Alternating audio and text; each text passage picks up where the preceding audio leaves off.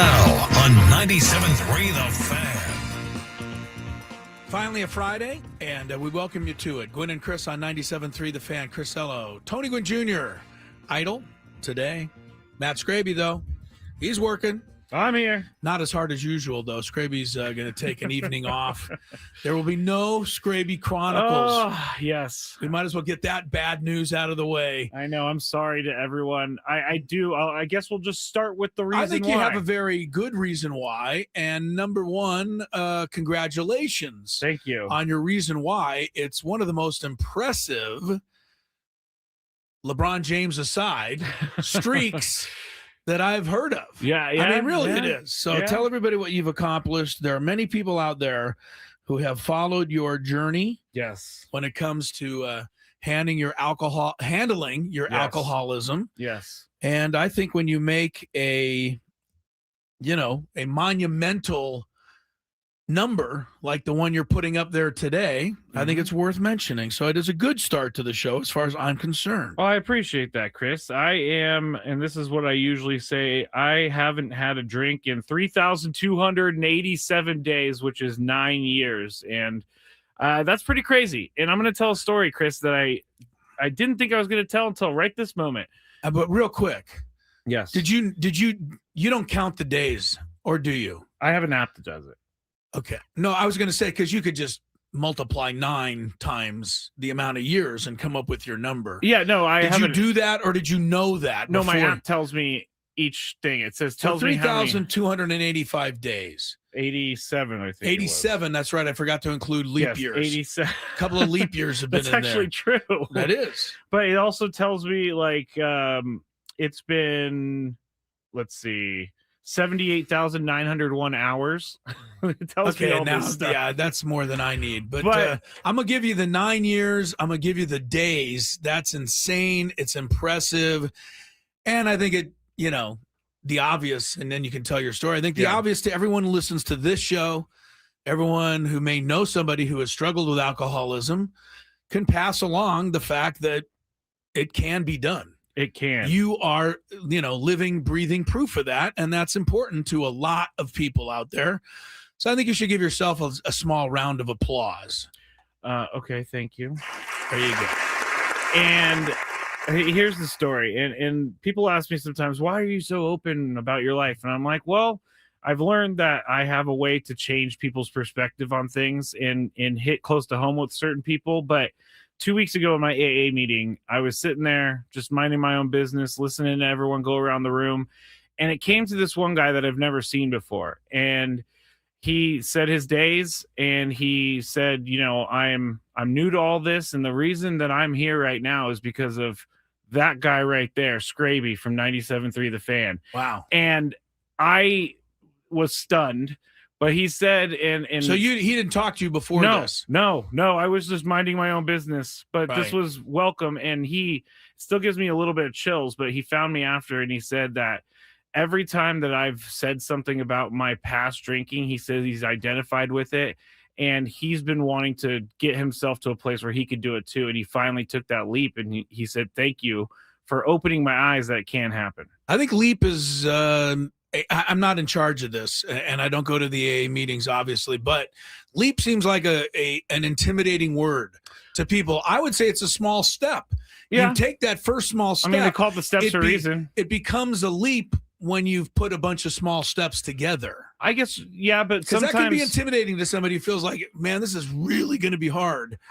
I guess it's going to be, but you start with a step and you go for one day and you keep moving. And if you're someone who wants to stop drinking, I always did it like this. I tried to see if I can get through the next minute. And then when I did, I got through the next 10 minutes, and then I got through an hour, and then I got through 6 hours, and then I just kept going. And you have to just remember that it's always there. But I want people to know the word leap is scary. Yes. But I used it because for some people it is a leap, because their lifestyle of alcoholism is all they know, and they would have to change everything. Fair point. Yes. All right.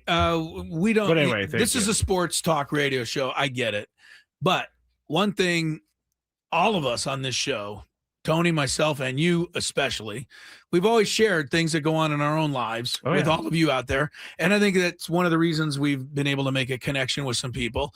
And if you're tuning in and you're saying, why are you talking about this stuff? Well, then this show's probably not for you anyway. So I think it's important that we started with, excuse the phrase, a sobering subject. Yes. Right? I mean, it's important. And, making 9 years is no small achievement. I'll share this and then we can move on. Yeah.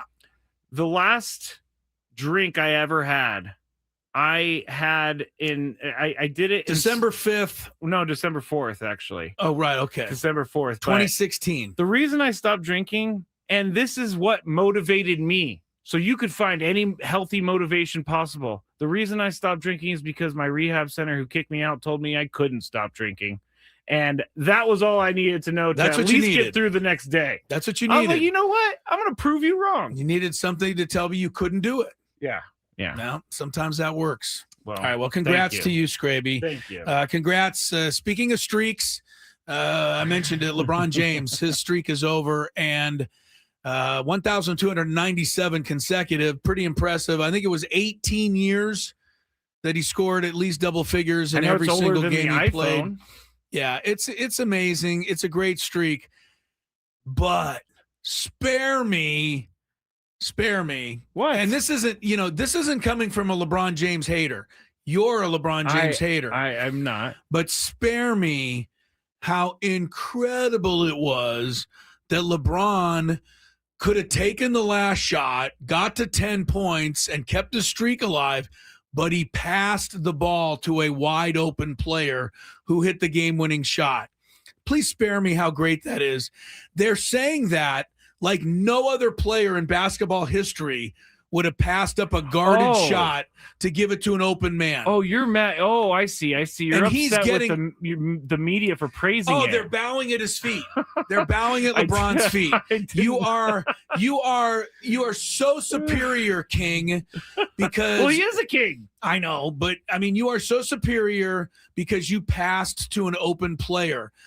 That is what any decent NBA player would do. I will say this, not all of them. Some guy would have forced up the shot. Kobe, maybe, but LeBron passed it. The guy, it was Hachimura, I think, made the winning shot.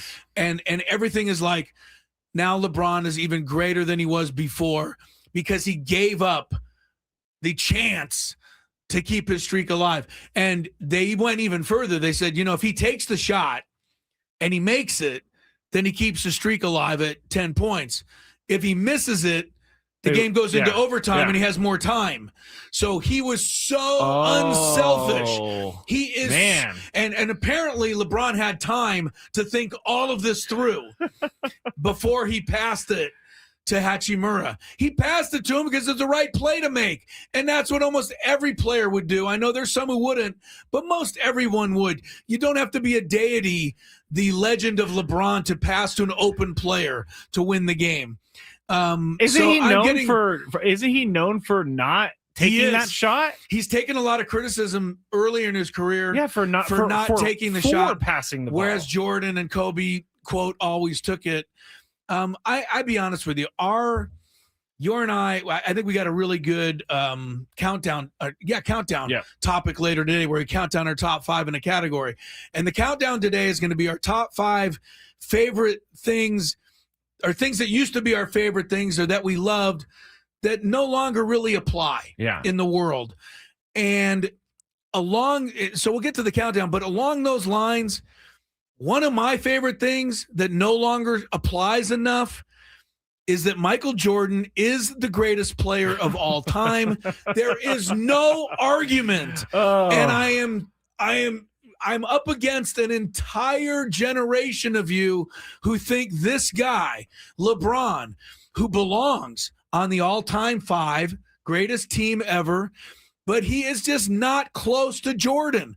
And I can't make you think any other way because you've already decided. And that's just got to stop. But it's not going to. But it drives me crazy. It absolutely drives me crazy. There's no way LeBron is anywhere mentally. He's not athletically. Oh, come on. LeBron's the best athlete No. in all of sports at his height. At his height, fine, but not athletic, more athletic than Jordan. Nobody's a better dunker than Jordan. Nobody's a better player than Jordan. This is nobody's a better shooter. Talking. Nobody's a better competitor. Nobody's a better defensive player. Nobody's a better do whatever it is necessary to win player. Jordan was in 6 finals. He won them all. There's no argument. Yet, because we're in a new generation now and 30 years have gone by, there's become an argument, and there just shouldn't be. And LeBron passing the ball last night has somehow added to his legacy now because he did what every other player would do. Now, are you going to stick up for LeBron? Because you're the hater of LeBron. I'm going to say I feel like this is an equivalent of I walk to school both ways uphill with no shoes in the snow. Yeah, well, you can think whatever you want to think. I don't really care. It's not the equivalent of life was better in my day. It's not the equivalent of I walked uphill in the snow. It's not the equivalent of anything. It's what I said it is. Michael Jordan is the best basketball player ever, period. What about Steph Curry?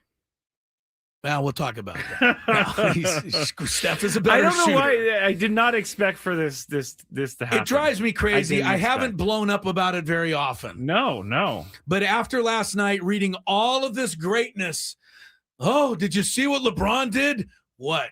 He passed the ball to an open teammate. Whoa!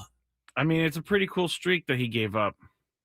He gave it up. He did by passing the ball. He said, you know what? I don't care about this streak anymore. Boom. You think he had time to think about it right then and there? I think he's been thinking about this for a while. What am I going to do? We have a big 5 question about it, but we need to get the break. All right. Later on, more stuff that used to be better than the way the world is now. We're underway for finally a Friday. I can imagine everyone in the younger generation wants a piece of me right now. But take your best shot. Gwynn and Chris underway on 97.3 The Fan.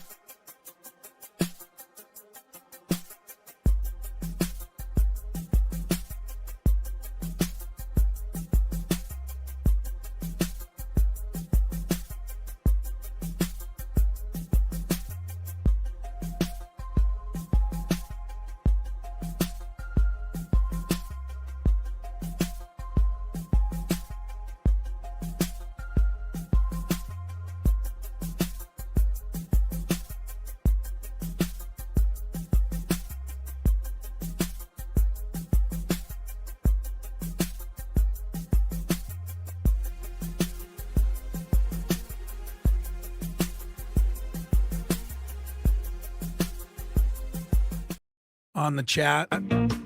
Or the younger generation still in school? On Jordan versus LeBron. I'm looking, nothing too bad. We get a Wilt and Kareem were pretty good. So yes, Dr. there was J. other great players. Oh yes, I'm not knocking any of the other great players. There's so many that are great. Here's one from Trevor. Trevor says Connie Hawkins in his prime was the best basketball player ever. LO. Okay. He could pick a dime off the top of the backboard. Yeah, he might have been able to. There was legend that said he could. The Hawk had one major problem. Couldn't stay away from that white powdery stuff. Oh, well, that's a bit of an issue for Connie. I didn't know that about him. The Hawk had a little issue there. Gonzo says, spicy LO on a Friday, LFG. Yeah. Yeah, he says. I really don't think it's, this isn't an incredible off the ledge take. I'm pretty sure anybody born maybe before 2000. I think anybody born in the last century going to give you the Jordans the greatest ever. I think we're conditioned to think LeBron that. has closed the gap and certainly put his name on the list. And I see why some people who've only seen LeBron would think that, but it's just not true. I honestly think that if Michael Jordan was playing in a social media age, people wouldn't like him as much because he's abrasive. He's abrasive. He wasn't, but LeBron is too, right? He understands when he can be. Oh, no way. Then you're wrong. Michael Jordan knew how to play. Well, I knew about that. Michael Jordan could play the media like a fiddle. No, he was nice enough. Like a fiddle. Michael Jordan famously said, right? On the shoe thing. Republicans and Democrats both buy shoes. Yeah. Jordan understood all that. I don't recall him being a great abrasive. He had just so much attention. He couldn't appease everyone. Here's a question from Kalos. Would Jordan at his prime be able to keep up with the league today? Laughable. Oh, I don't think it's laughable. It's totally different. Laughable. Keep up with what? Keep up with. Do they run faster now? Yeah, probably. I'd like to see players in the league now, even at this skill level, score against Jordan. I will give you this, or a lot of the other players that those teams had, and also understand that Jordan scored 35, 38 a game in a league where you were allowed to hold the guy who had the ball. You could grab him. You could redirect him. You could crush him when he came down the lane without getting a flagrant foul. That made it a lot harder to score. Right now, no one can touch any of these offensive players, and their skill level is so high that they're flat out unstoppable many nights. I agree with that, but that's because they're not allowed to play defense. Okay, let me ask you this. Yes. I agree that NBA players of today would be worse going back in time.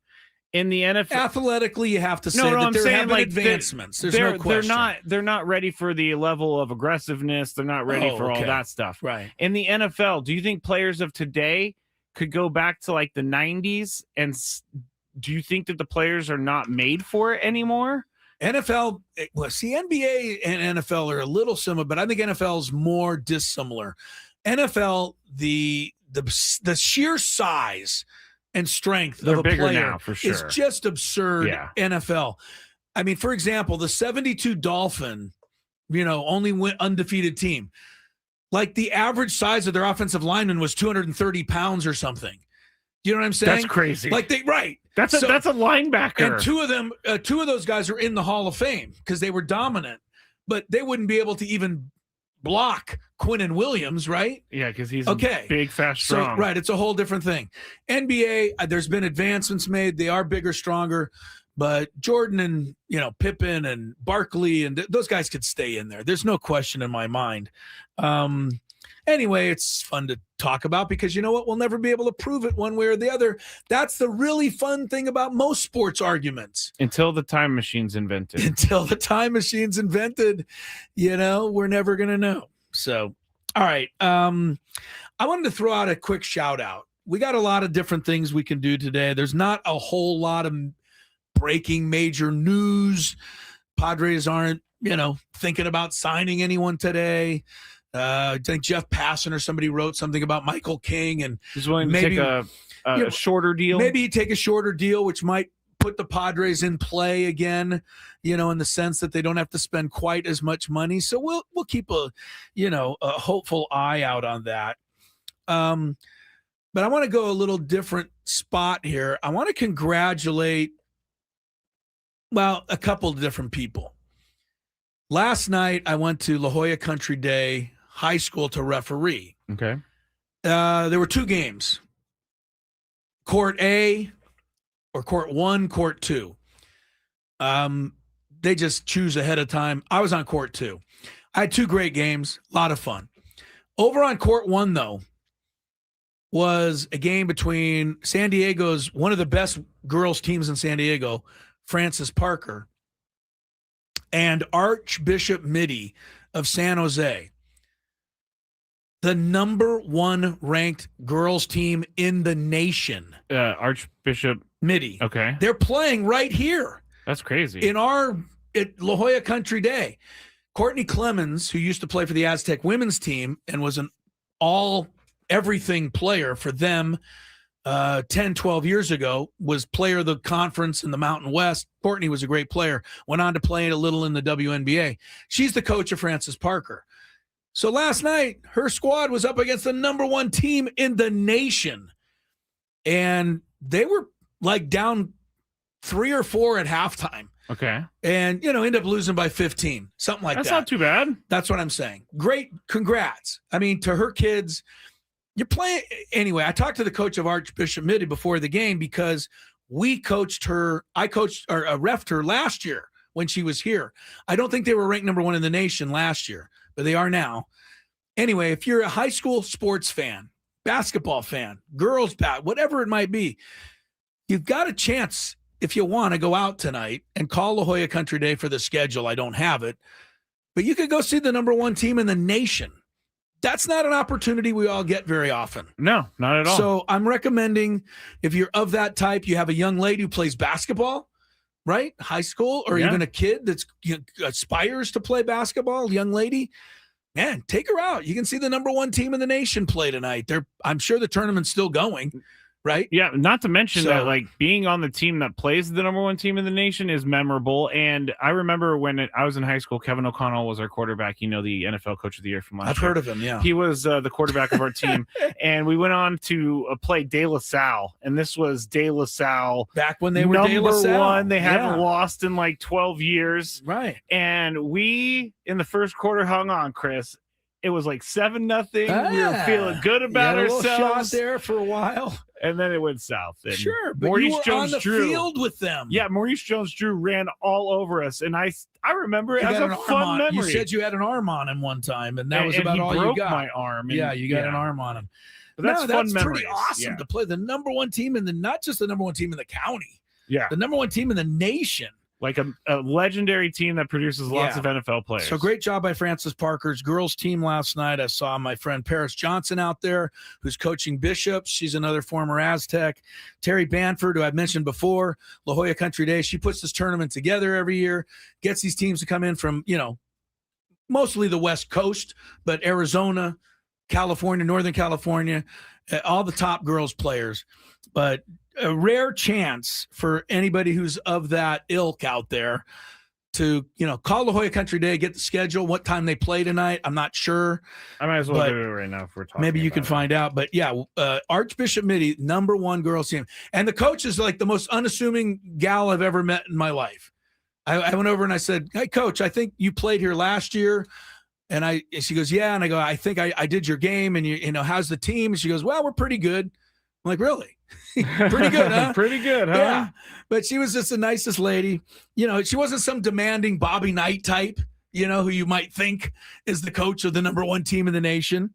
Anyway. So I'm looking at it right now, and there is a game tonight. They haven't announced, it's at 6:15. But we know that's the game they're playing. I can't find this is La Jolla Country Day? I'm sorry. Yes, this is La Jolla Country Day. I can't actually find the tournament, but I'm going to keep looking. Well, we can call. We could actually No, do a who little does that? legwork. Who does that? Not us. Who calls these days? Not us. That, I know. that might go on the list of things I love about today. Right, that we don't have to call. We can, if we can't find it, it just isn't. We're not going to find it. Yes. All right. Anyway, great job. The gals that I did Lincoln High's game last night, and I think it was Westview. A lot of fun.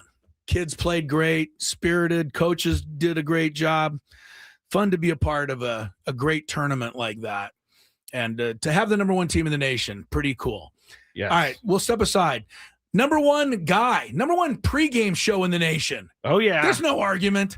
You might think that the number one pregame show in the nation is, Shaq and Charles and those guys. You might think it's Bill Cowher and Esiason and those guys. Well, he's not there anymore. Or So. you might even think it's Mike Golick and his son. I don't think that. But we know the number one pregame show in the nation, Sammy Levitt, Padre pregame show. He's on his way.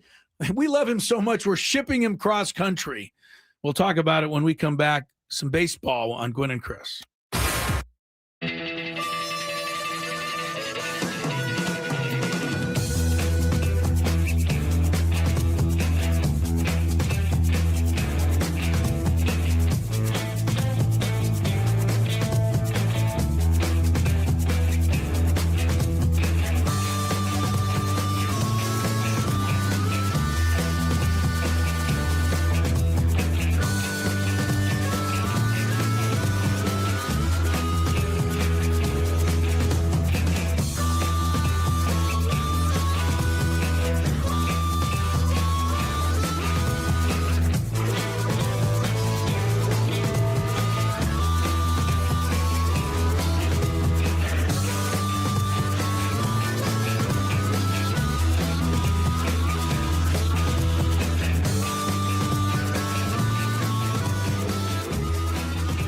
Chris, hello. Yeah, we're here in Cooperstown for 97.3 The Fan. So excited, the induction weekend for the great Trevor Hoffman. What a class he's going in with, too. Let's take a look. Of course, Alan Trammell from Kearney High School in San Diego. And then, of course, the Detroit Tigers' great shortstop, Jack Morris, in a Tiger uniform there, but I always remember him pitching that 1-0 shutout in Game 7 of the 1991 World Series for the Minnesota Twins. Maybe the greatest postseason pitching performance of all time. Chipper Jones, Padre fans remember him. Every fan of a National League team remembers him because he would come in and do damage to that team. Only the second number one overall pick in the Major League Draft, Chipper Jones, to be inducted into the Hall of Fame. The other is Ken Griffey Jr. Vladimir Guerrero, never met a pitch he couldn't swing at, and powerhouse hitter for the Expos, and then, of course, the Angels at the end of his career. Jim Thome, over 600 home runs, mostly with the Cleveland Indians.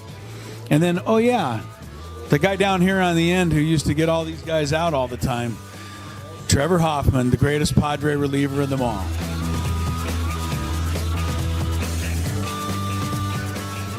Two of the greatest outfielders in the history of baseball. Of course, you've got Babe Ruth right here. Ted Williams right over there. I was wondering who the third outfielder would be. And then, of course, it hit me. Tony would be upset if I didn't say that the third outfielder, who will someday probably be displayed right here between these two guys, is obviously Mike Trout.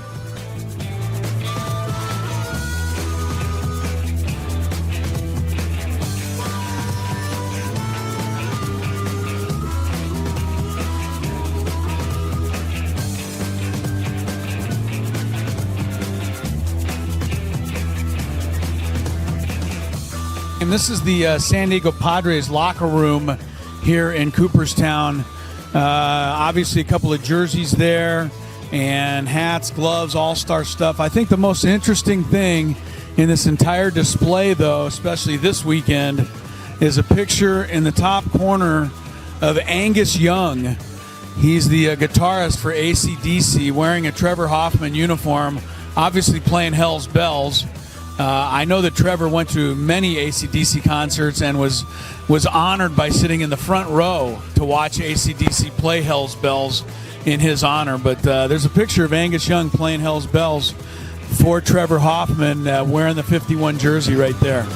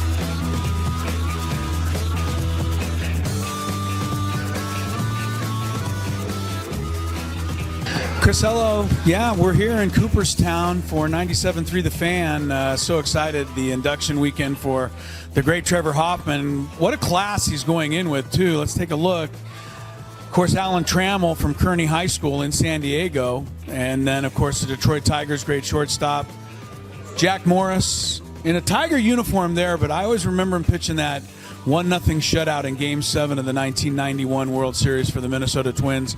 Maybe the greatest postseason pitching performance. Vibe. A little more relaxing on a Friday. Nothing too strenuous to discuss, Crisello.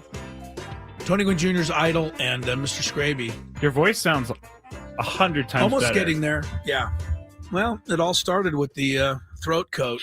that you've... Don someone tweeted Orsillo's us last throat night. coat. What was the name of it? Because they wanted to buy some because their throat hurt. Throat coat. It's called throat coat? Yeah. It's tea. Jeez, I had Hot no tea, idea. yeah, it's called throat coat. Okay. I Look it didn't up. know that You was can the find it on- actual name. You can find it on Amazon. My wife bought some for us last night so that we'll have it next time. I'm so happy you contributed to the carbon emissions of this country, Chris, by ordering off of Amazon. Oh, is that bad? Yeah, there's so many Amazon drivers around. I can't, like, sometimes I see like 3 trucks on the same street. And all 3 of them are coming to my house with different packages. It's insane. No, it is. My wife, I don't know when she orders all this stuff, but there's never an hour or 2 that goes by without something lying there at the front of the door. And I know this because I take the dog out, you see it for a quick, shot there every couple hours, and then we have to step around to package. A couple of quick notes of interest. Lamar Jackson will play. Ravens, Steelers. He's calling it a playoff game.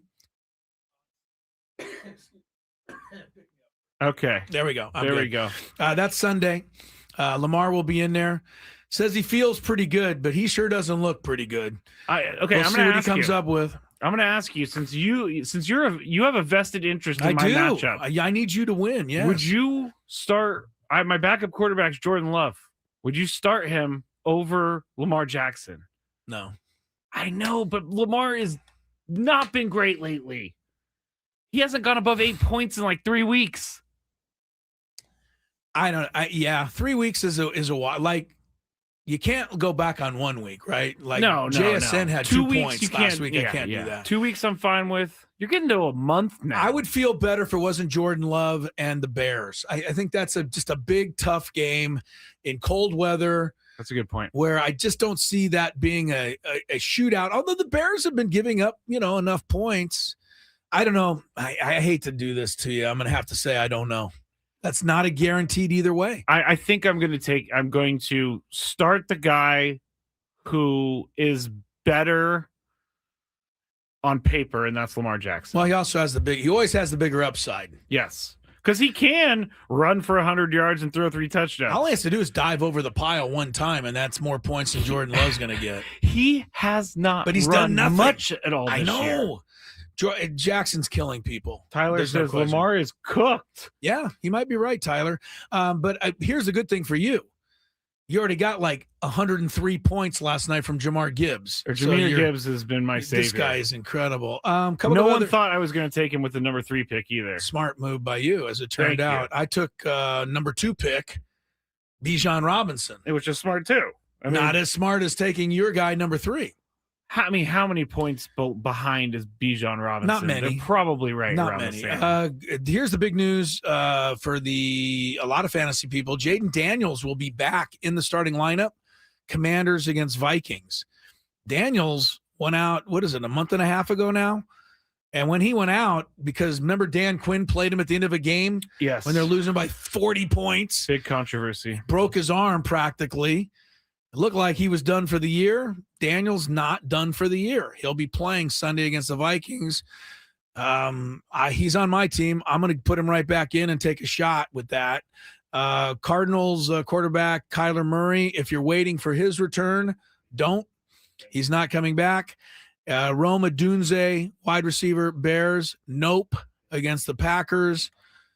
Bengals wide receiver T. Higgins, yes, against the Bills. Oh, Joe Those Burrow's are fantasy back. people you need to know about. Wow. That's some good stuff, Chris. All right. let's get to baseball and our guy Sammy Levitt. It's getting late for Sam. It's 5:39 where he is. Yes. Back in New York. Yes. We just saw him yesterday. We did. So he must have taken a red eye. No, I think he took an early morning flight. He's on the phone if we would like to ask him. Yeah, well, let's do that. Hi, Sam Levitt. Welcome to the show, and thank you for providing us with a little of your time. Hi, guys. Happy Friday. Yes, I am in New York. I took a very early flight this morning. I was in the air by 7:15 a.m. Ooh, that is an early morning. And, yeah, early, but that's okay. Yeah, it's actually kind of interesting this time of year because I got up. It was still dark out and got on the plane first thing in the morning. And then I land in New York. And by the time I got picked up at the airport, it started getting dark. So it's like you basically didn't have a day. No day for you, Sam. Skip the day. Well, when you come back, we'll give you 2 days. Try to make up but for it. So you have an idea because you might be wondering what am I doing in New York if I'm supposed to be in Orlando come Sunday night into Monday when the winter meetings start. Well, I have a wedding in Philadelphia tomorrow. So I'm actually here in New York. I'm driving down with a friend of mine from growing up down to Philadelphia tomorrow. We'll go to the wedding tomorrow, fly to Orlando on Sunday, and be there bright and early Monday morning for the Are you handling the ceremony at the wedding? I am not. You're not? I am not. Oh, here we go. Although, have you ever been asked? I'm not. Although there was some breaking news over Thanksgiving weekend. I was asked to officiate my first ever wedding ceremony later this summer. So I think you'd be. I know you'd be great at it. Yeah. B, I don't think that's something you can turn down. Right? If somebody asks you, they want you to be there for their wedding. It's an honor. Right? You can't say no to that. I don't know. An honor. You would say no? I would say I'll think about it. I don't think anybody's going to ask you. You're good. Oh, that's not very nice. Everybody would ask me. You would be a friendly host. I think. I would be. So why wouldn't you do it? I would do it. I just don't like being the. You have to put a little work into it. But never mind. But Sam, tell your friends to stop scheduling things around baseball events because it seems like you had about 2 months there where you could have gone to this wedding without having to fly to Orlando immediately. Well, you know what? It actually made pretty good timing because I was going east anyway, even though, it's far more south to go to Orlando. But worked out, and I'm excited to go to the wedding, have a good time, and then get back to baseball beginning. And by the way, Skraby, when you get married someday, pray tell. Yes.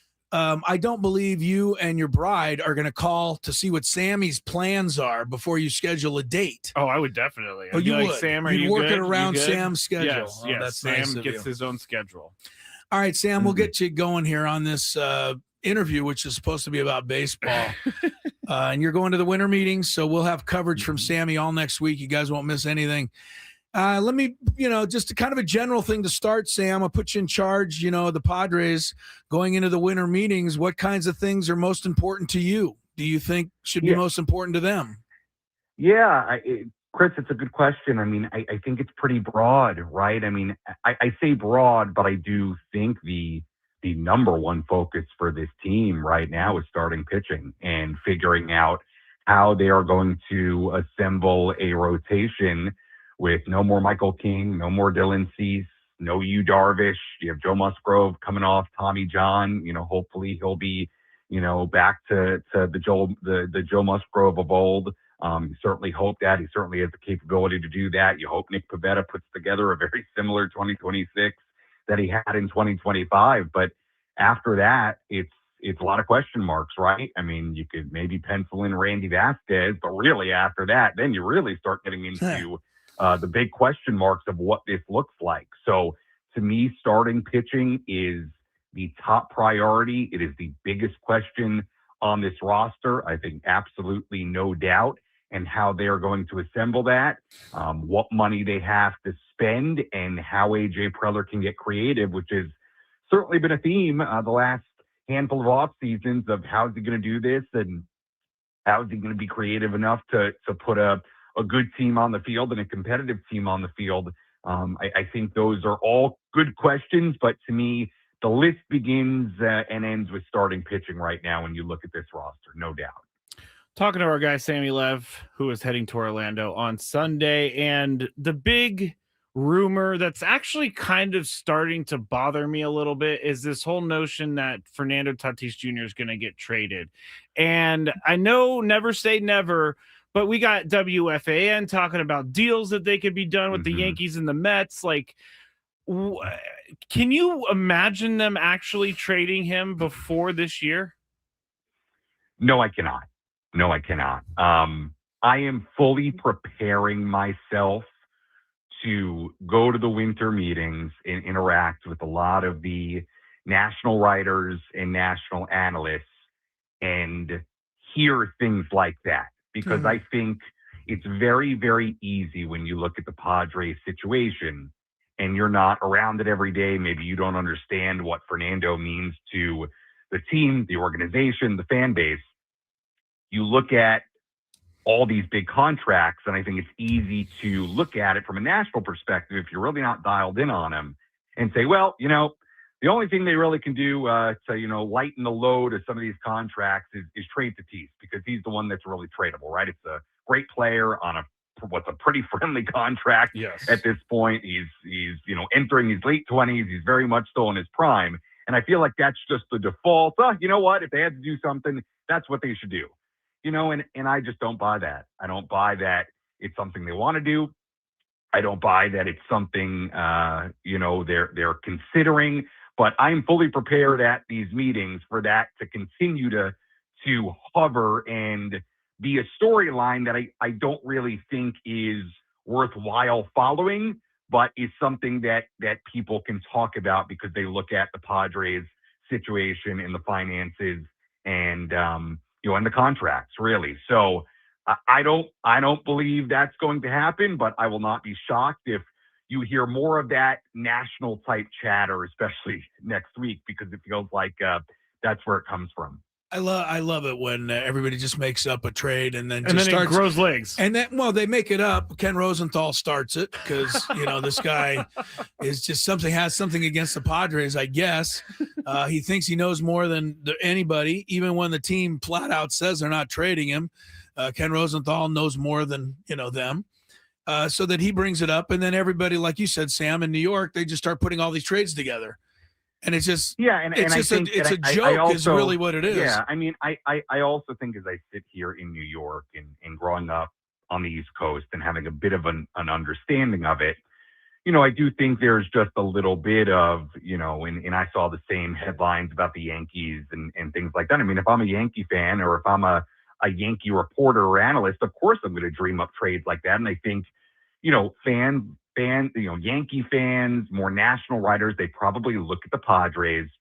Everybody talks about with the Padres, the bill coming due, right? As far as the long-term deals, the money they still have to spend on them, those guys getting older, and then, just sort of assume like, well, they're going to have to do something. And that means trade Fernando. And obviously I don't see it that way. You don't see it that way. I don't think any of San Diego sees it that way. But if there ever was a little bit of like East Coast bias going on when it comes to that, I think it's a pretty good example of them having a pipe dream. Did Sammy say if there's East Coast bias? Sam, come on. Where you been, Sam? Oh, he's on the East Coast. I see. This is where we differ because both of us are West Coasters for life. We know there's East Coast bias, Sam. We know. Yeah. What are you making of the rumor or just the discussion, or maybe there is, maybe there isn't, Mason Miller becoming one of the starters next year?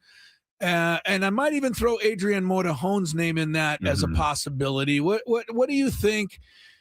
Do you think they're going to, really take it under advisement, or is this, not realistic? Yeah, guys, I think they've certainly considered it. I think it is a main question that has to be asked and potentially answered by AJ Preller at these winter meetings. And I would assume that if they do plan to convert one of those guys into a starting role, or both those guys into a starting role, who knows, I would highly assume we would get that answer this week, that they would be able to confirm that or say that those guys are sticking in the bullpen. I would understand it because they need starting pitching. I would understand it from the Mason Miller point of, you traded for him, you gave up a lot to get him, and trying to derive more value out of him. So look, I would understand it. However, and I've said this before, and I've said it for months now, if it were me, I wouldn't do it. I mean, those guys are so good in those roles. The bullpen is such a strength, with injuries, and both these guys have injury history. To me, it feels like playing with fire. To me, it feels like, potentially weakening what is such a strength of this team right now. And I don't want to quote him, but I think AJ Preller has said something to this effect of, you don't want to take a big time strength and basically then have two, kind of average or mediocre units. I don't want to quote him on that, but I think I read that, or he said that somewhere at some point in some interview, something to that effect. And I'm sorry, AJ, if you never said that, but I think you just understand. Say I'm saying it. I don't think Rosenthal said he said it, so that's good enough. Yeah, I don't think you want to take what is such an important unit and strong unit, and then essentially strip that, and then you don't know what you're getting in Morahone and Miller as starters. Let's be honest, you have no idea. So look, if we get to the winter meetings next week and the Padres say, hey, we're going to stretch out Mason Miller and he's going to be a starter for us next year, we think it's worthwhile. We think it's the right move for such and such reasons. I don't think it's crazy. I'll probably sit here and say, okay, it makes sense to me. I understand it. I understand the argument. But man, I just feel like it's playing with fire. I mean, these guys are so good in those roles. In Morahone's case, he finally, and I've been watching Adrian for a long time, going back to 2019. He nailed it last year, with the Amarillo Sod Poodles. Yeah, okay. That's right. You go back to Sod Poodle days. Yeah, he finally has found a home in that bullpen and has found himself and is, turned into one of, if not the best left-handed reliever in the game. I mean, to play with that, it just feels risky to me on so many levels. I'd understand it, but the word I keep coming back to is risky. And man, that bullpen, if they're anything close to what they were last year, that's just a huge advantage. Sam Levitt, you are our secret weapon, our advantage here at 97.3 The Fan. Padre post-game show and do everything reporter for us. He'll be in Orlando. Baseball winter meetings. Is it Monday, Tuesday, Wednesday, Sam, or do they stretch a week out of it? It's Monday, Tuesday, Wednesday. So I'll get there Sunday night. There's plenty of people arriving Sunday night. We'll do some mulling around. And then Monday, Tuesday, it really gets going. And Wednesday, it starts kind of clearing out. And by Wednesday afternoon, evening, everybody's kind of. And what I really want to know, you've gone on a few of these things. Yeah. What's Adam Klug like when it comes to trying to extract per diem money out of him at the end of the trip? Well, we probably talked about this before when it comes to spring training. But I mean, I'll be honest. I am in Adam Klug's good graces when it comes to expenses and reimbursement. I mean, look, I get him a sweet deal on the spring training Airbnb. He knows he can trust me. I won't lie to you. I'm definitely the favorite child, I believe, when it comes to the expenses. Certainly far more than Stephen Woods. I can guarantee that. Oh, yes. I remember there was a story, and this isn't even about the money, but Adam booked them into a room with blood on their window. So they were very upset about that.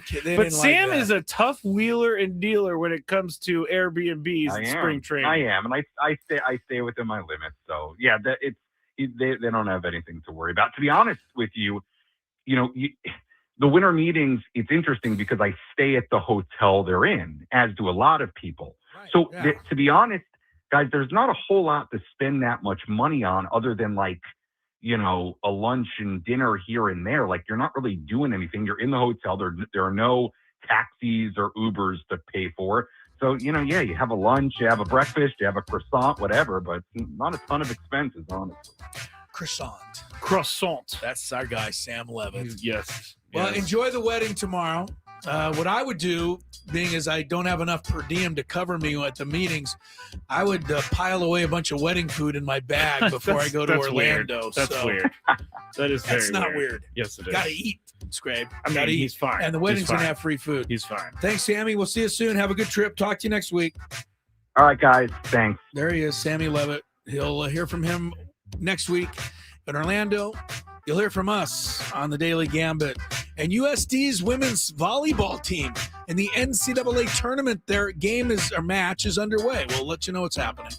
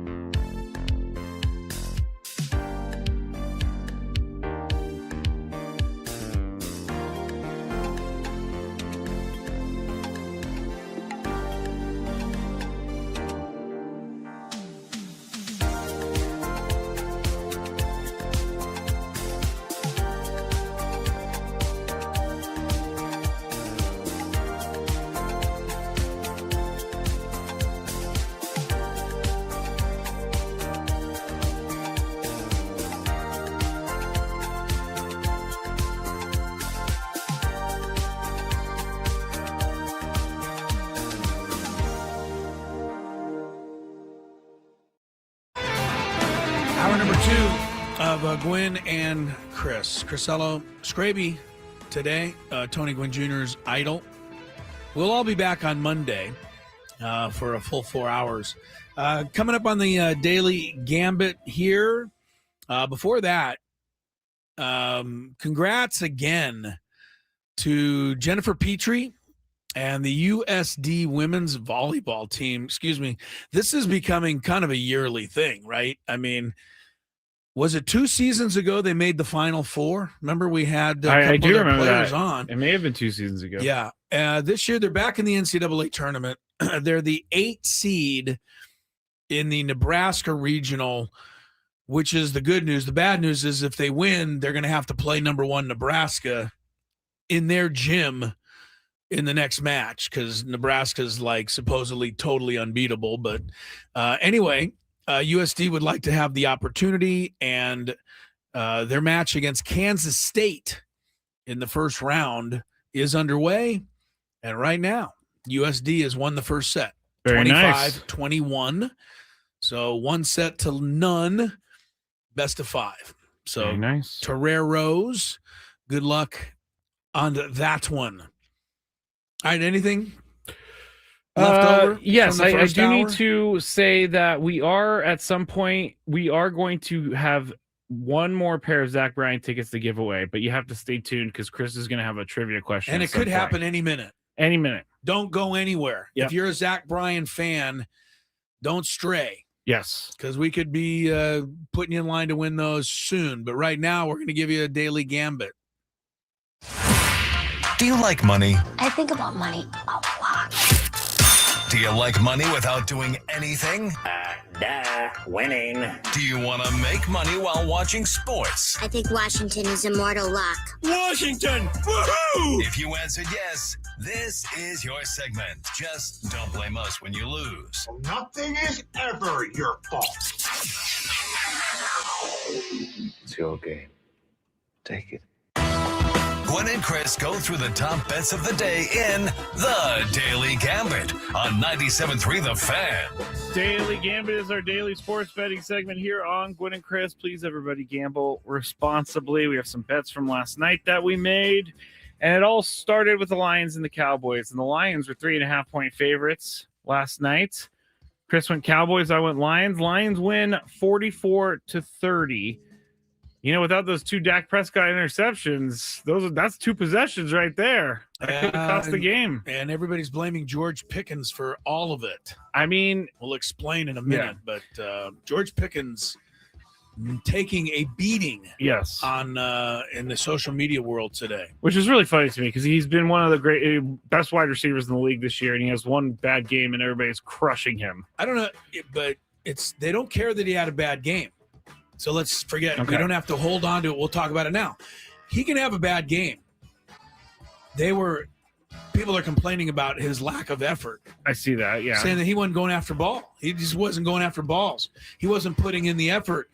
Guys were cutting in front of him and intercepting passes that he should have been catching. That is not forgivable. I get that. If you don't put effort in, people are going to call you out. The main guy who called him out was Richard Sherman on the post game. Richard Sherman said, look at this stuff.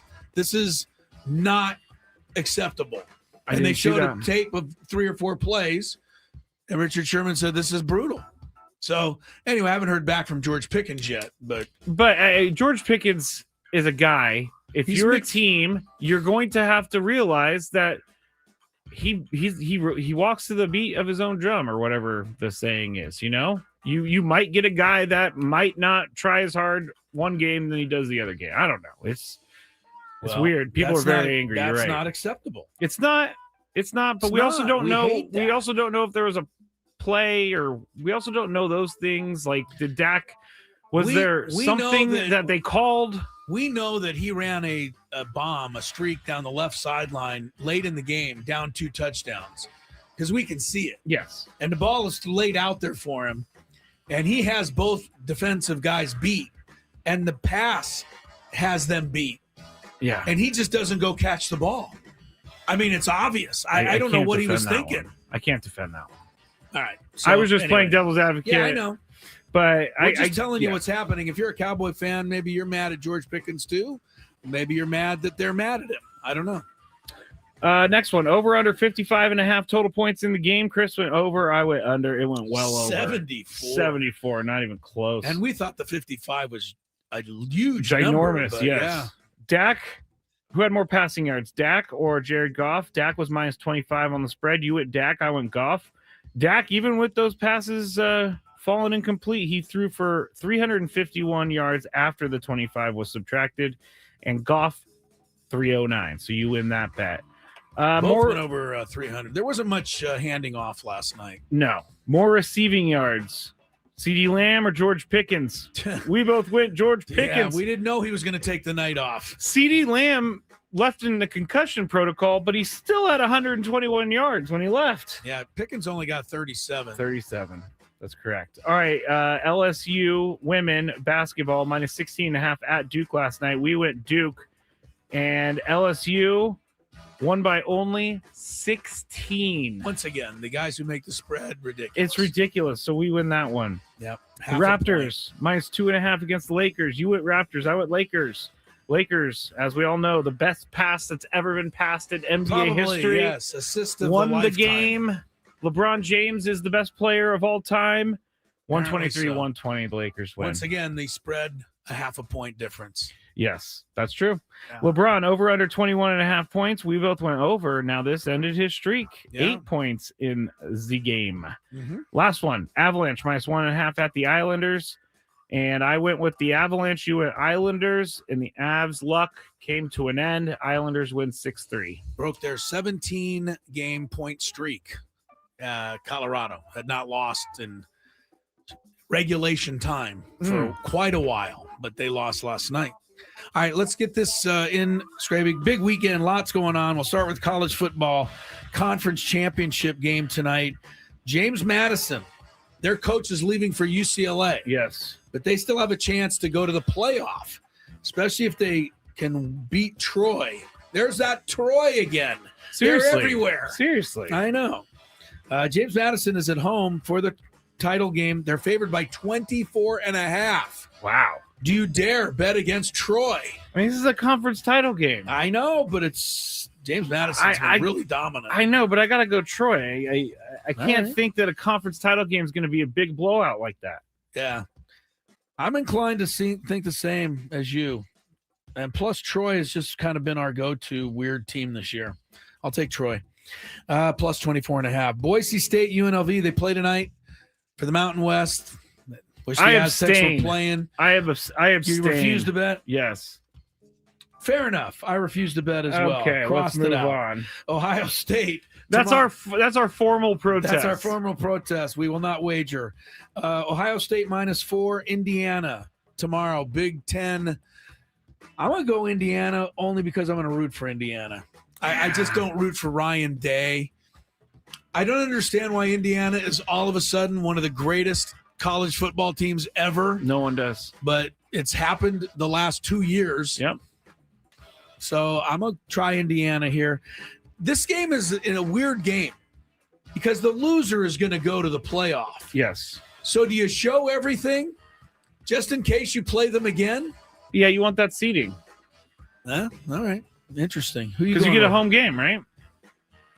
No, because I think if you get the seeding, you would get a bye.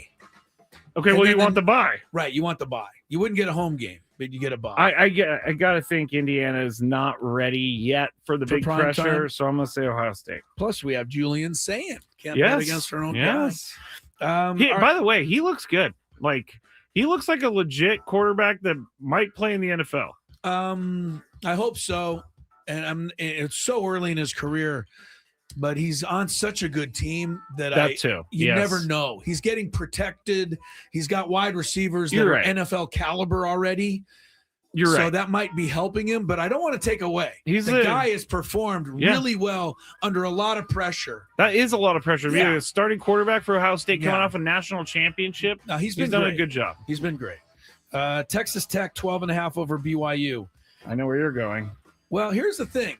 BYU could throw the whole Miami Notre Dame argument out the window. Because if they win, that could push both Notre Dame and Miami out of it. Okay. because I think Texas Tech would get in as a at large. So you're going to go with BYU? It's your pick. Oh, I'm Texas Tech minus 12.5. Again, conference title, BYU. BYU. I took BYU the first time these two teams played, and Texas Tech crushed them. They will not tomorrow. BYU. No. BYU. Plus, they got the coaches coming back. Yes. All right, we got a little college hoops tonight. It's a rip roaring affair. Okay. San Jose State minus 7.5 against USD up in San Jose. San Jose is never good. But unfortunately, man, it's starting to run. I'm not getting impatient, but I'm getting a little impatient. I expect Steve Lavin to be better by now. It's not happening yet. And I pick them and lose every time. I'm going to take San Jose State tonight. What's 7.5? Torrero's record? 3-4, Trying maybe to look. 3-5. All right. It's not great. I will give USD One more shot. one more shot. All right. Best game of the night in college hoops, Gonzaga at Kentucky. Zags by 5.5. Gonzaga at minus 5. That goes to show you where Gonzaga is on the world ranking, though. If the Aztecs were playing at Kentucky tonight, would we be favored by 5.5? Heck no. Even in a good year. It would be like 18 points or something. Yeah, but Gonzaga is actually favored. You going with them on the road? Kentucky did they just lose at home? I don't know. Gonzaga just lost to Michigan by 40. Well, everybody did. But I'm going to go everybody- Gonzaga. I'll take Kentucky at home, protecting the Southeast Conference. A couple more quick. NBA Thunder minus 15.5 over the Mavs. Me? Thunder is 21-1 now.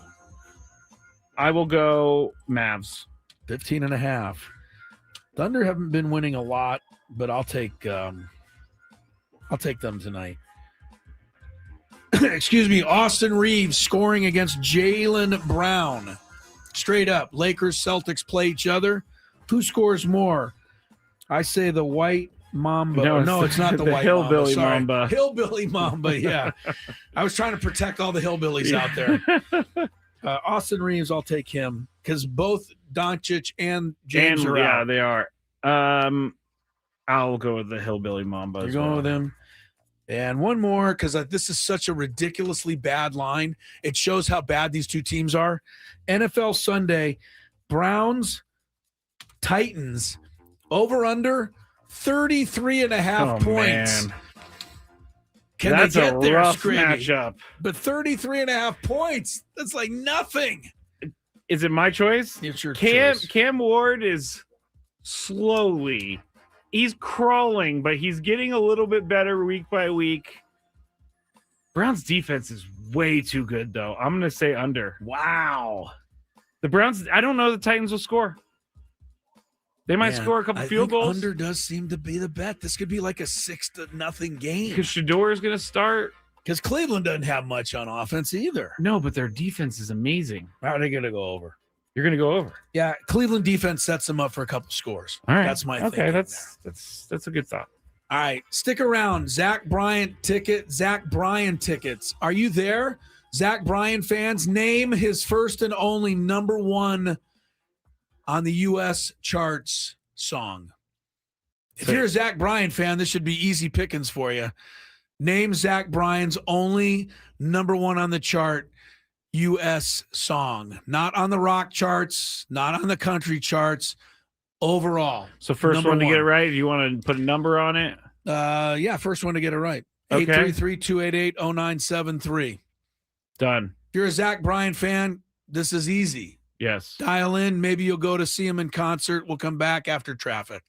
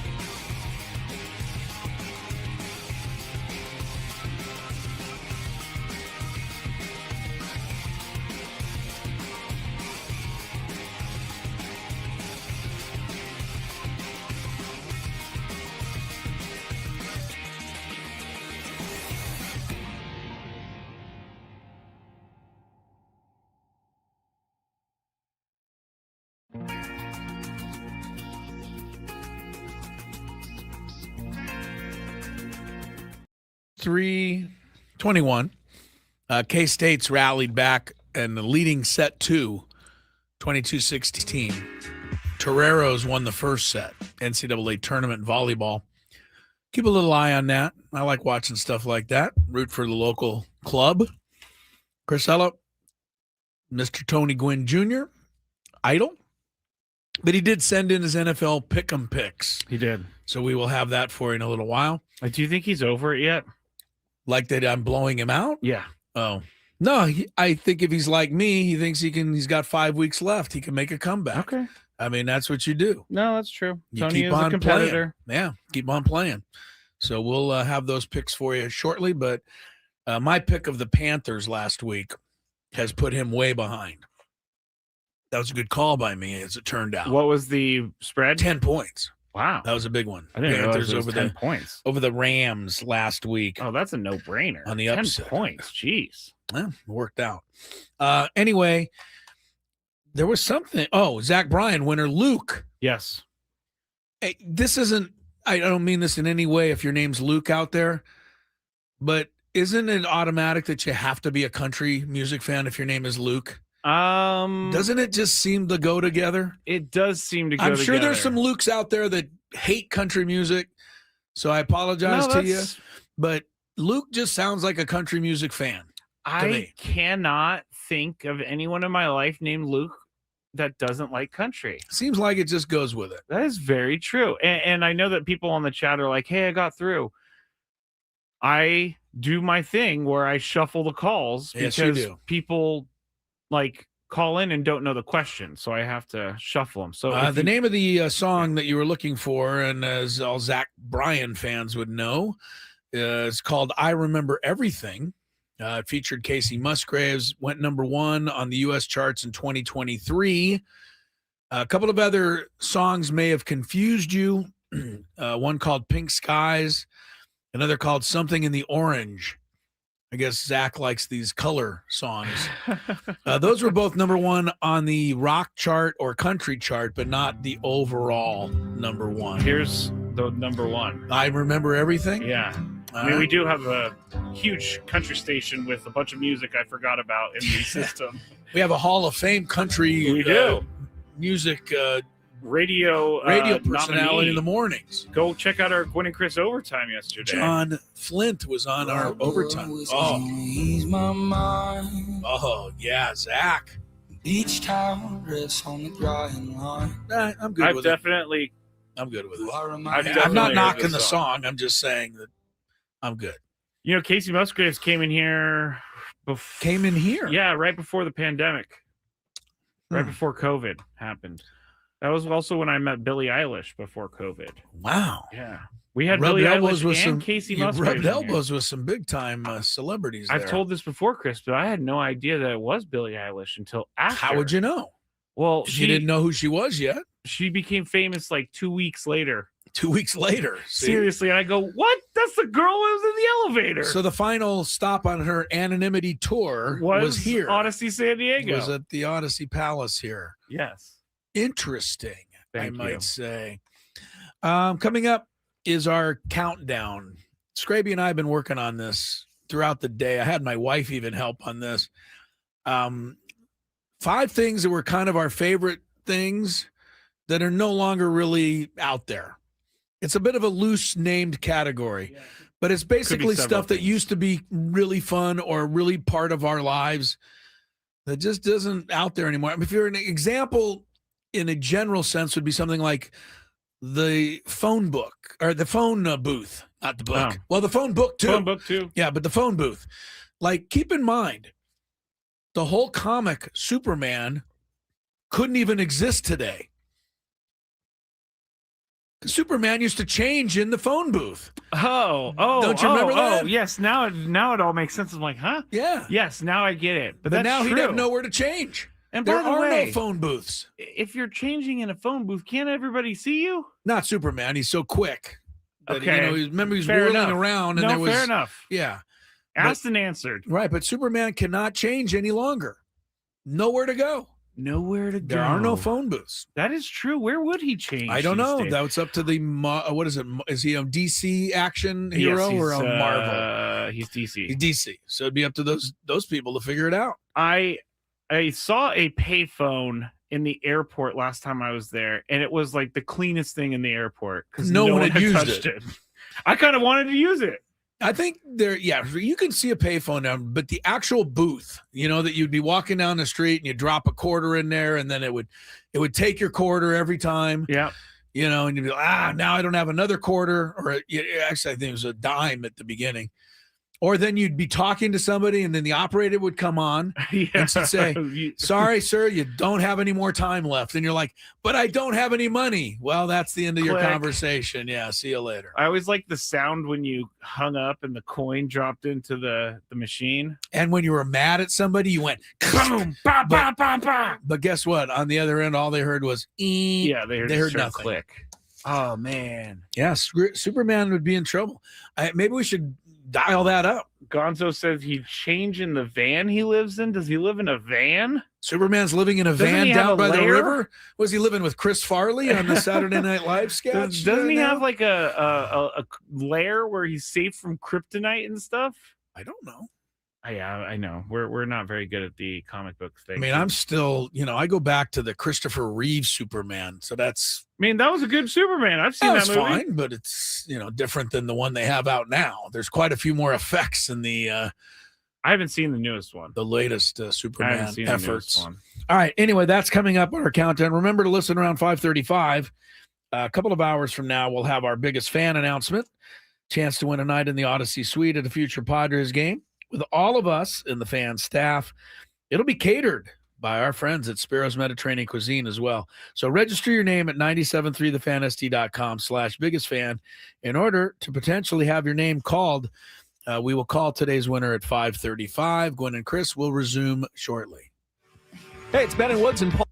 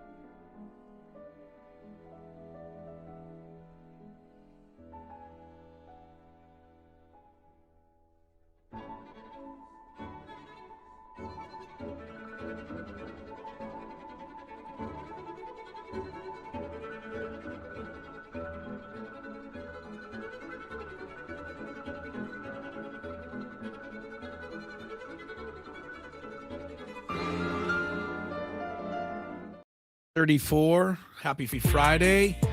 We'll be here till 6 o'clock, and then Skraby will take a night off on the Chronicles. Sorry to say, but it's for a very good reason.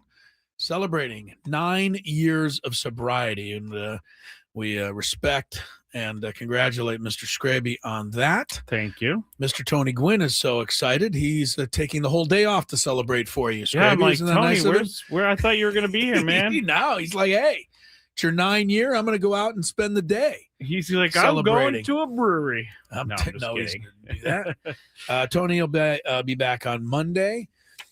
Pretty good weekend of sports. You know, college football. Be better if the Aztecs were in it, but they're not. Put some good conference championship games.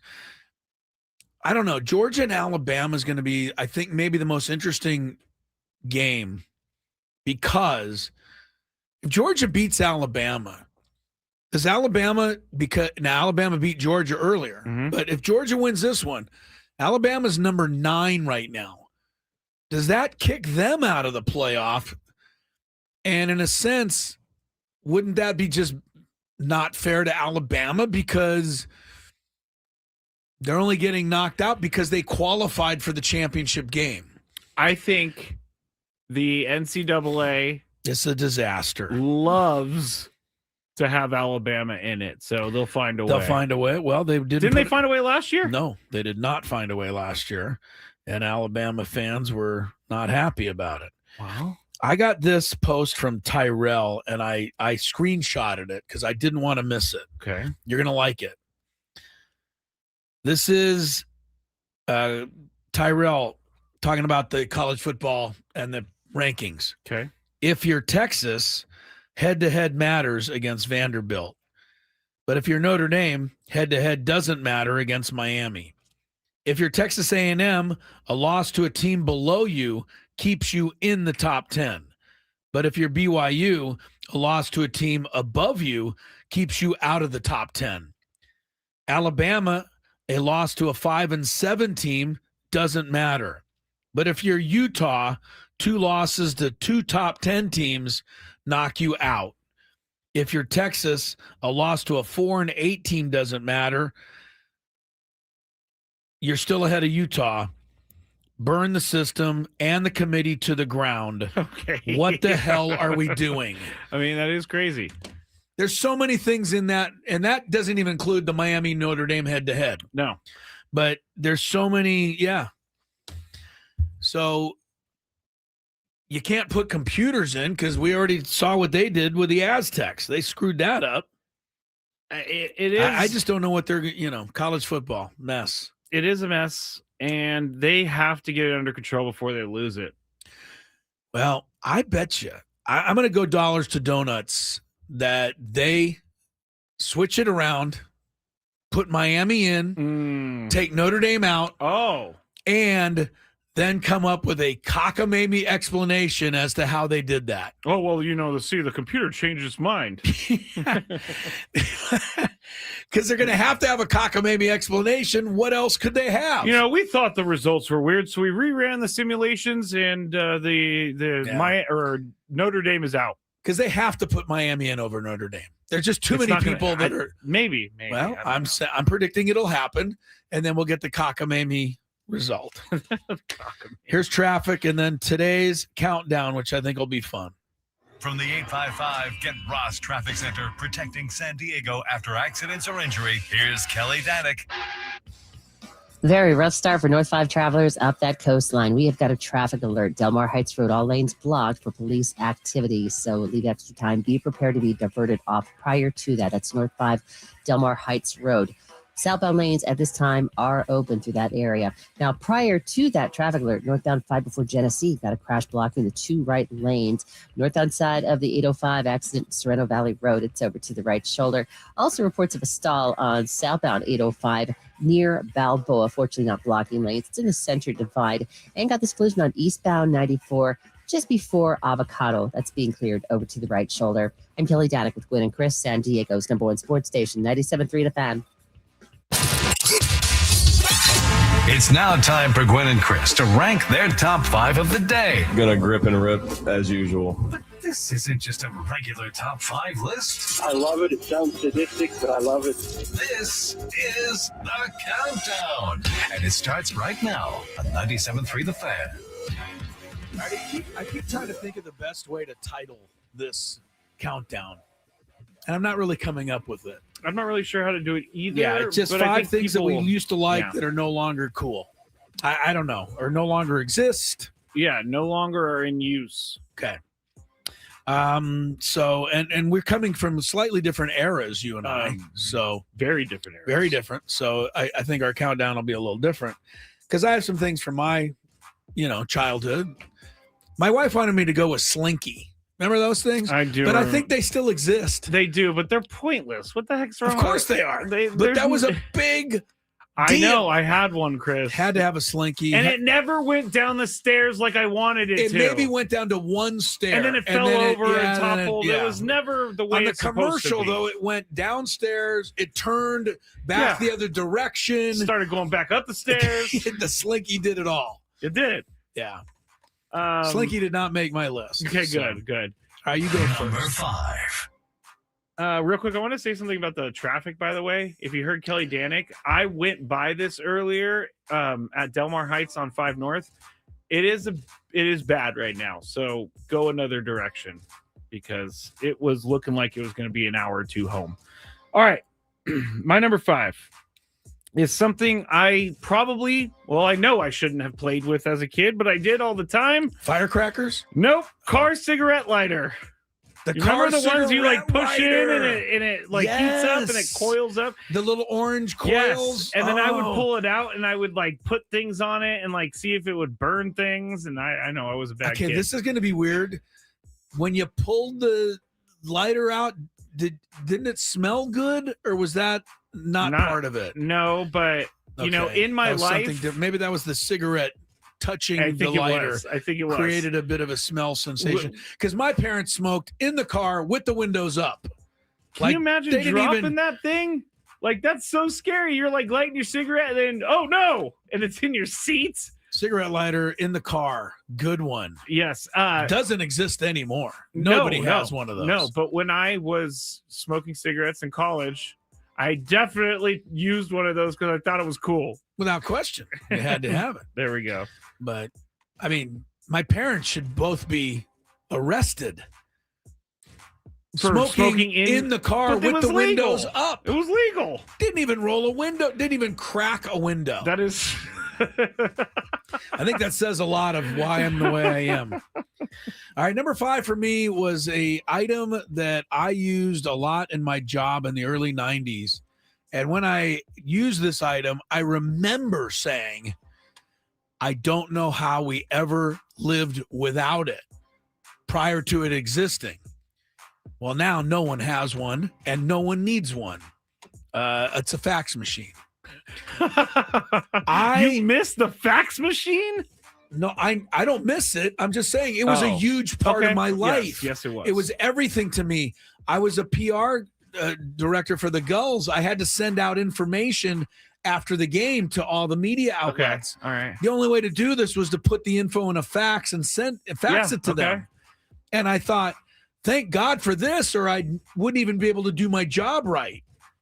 Well, I mean, does anyone even what is a fax now? K-Laws uses the fax machine at work sometimes. Right. The fax is a little bit different, but you can fax still. Yes, I get it. I get what you're saying, but compared to where we were. Now we email that stuff, or Right. or your stats just go online and someone can access your stats online. You take a picture of it in your phone and then you send it. You could do that too. Yeah, you don't need a fax. No, you don't need a but fax. But it was a big part of what I did back then. Oh, when the dial tone. It was a little loud. Yes. Number 4. All right, my number 4 is appointment TV. Like nowadays, I know that I can watch it whenever I want, and I can put it off for as long as I want. And so if I don't watch it when it comes out, then I probably won't watch it for a few weeks. I'll forget about it. But back in the day, it was like you had to be in front of the TV 8 p.m. for this show. Well, that was the only chance to watch it. Only chance to watch it. You wouldn't ever get to see it again until they came out with the show on VHS, which would be like a year. 10 years later. Yeah, but appointment TV where you can only watch that show at one time with everybody else. It was such a big deal that I can tell you nowadays, 50 years later, that the CBS Sunday night lineup was like All in the Family, Maude, the Jeffers. You know what I'm saying? Yeah. Like I remember certain things like that. TGIF, man. You knew. Family Matters, Step by Step. There you go. All right. For my Friday nights on ABC, it was Brady Bunch, Odd Couple, Love American Style. There's people that remember those shows. Well, I know the first two, but I've never heard of Love American Style. It was a goofy skit show with like little romantic storylines. Okay. Number 4, we're never going to make it, so this is going to extend, I think. Number 4 for me, tetherball. Ha! Now, I looked it up. Apparently, you can still buy a tetherball set. Of course. But most people from my research here said they're not on very many playgrounds anymore. Used to be a staple of every playground. And it was a fun game, I thought. But, you could get injured. The rope would wrap around your neck or your wrist. But if you don't remember how to play tetherball, it's hard to explain. But I thought it was a kind of a fun game. Wrap the ball on the rope around the pole. But you're hitting it one way and your opponent tries to hit it back the other way. Did you play it enough? I can specifically remember a shot to the face from that tetherball that hurt. Now, here's the one thing I do remember about tetherball. You had to punch at the ball, and to get it, send it around the pole, then the other person punched it back. There would always be some kid who would grab it and palm the ball. Yes. And then throw it in a downward arc. So go way up. So it'd go way up, way down, way up, way down, and then you couldn't. And then they'd claim victory. What a jerk. I was always a jerk. Yeah, come on, people. Play the game under the spirit of the rules. Tetherball. Tyler says ropesies. I didn't call it ropesies, but I can see it happening. I'm guessing that's what we're talking about. Yes. Thank you. All right, number 3. Number 3. This isn't a product or anything, but it just doesn't happen anymore, and I'm sad for kids, but come home when the street lights are on. That doesn't happen anymore. What do you mean? When I was a kid, my mom would say, I'd be like, hey, I'm going to go play at my friend's house. And it was like, noon. She'd be like, all right, I'll see you when the streetlights come. Or be here before the streetlights go on. That was your time limit. That was my time limit. Nowadays, I don't think that's a thing at all. And then if those streetlights came on and I was not in the house, I was in big trouble. You're in big trouble. So did you have to anticipate them coming on?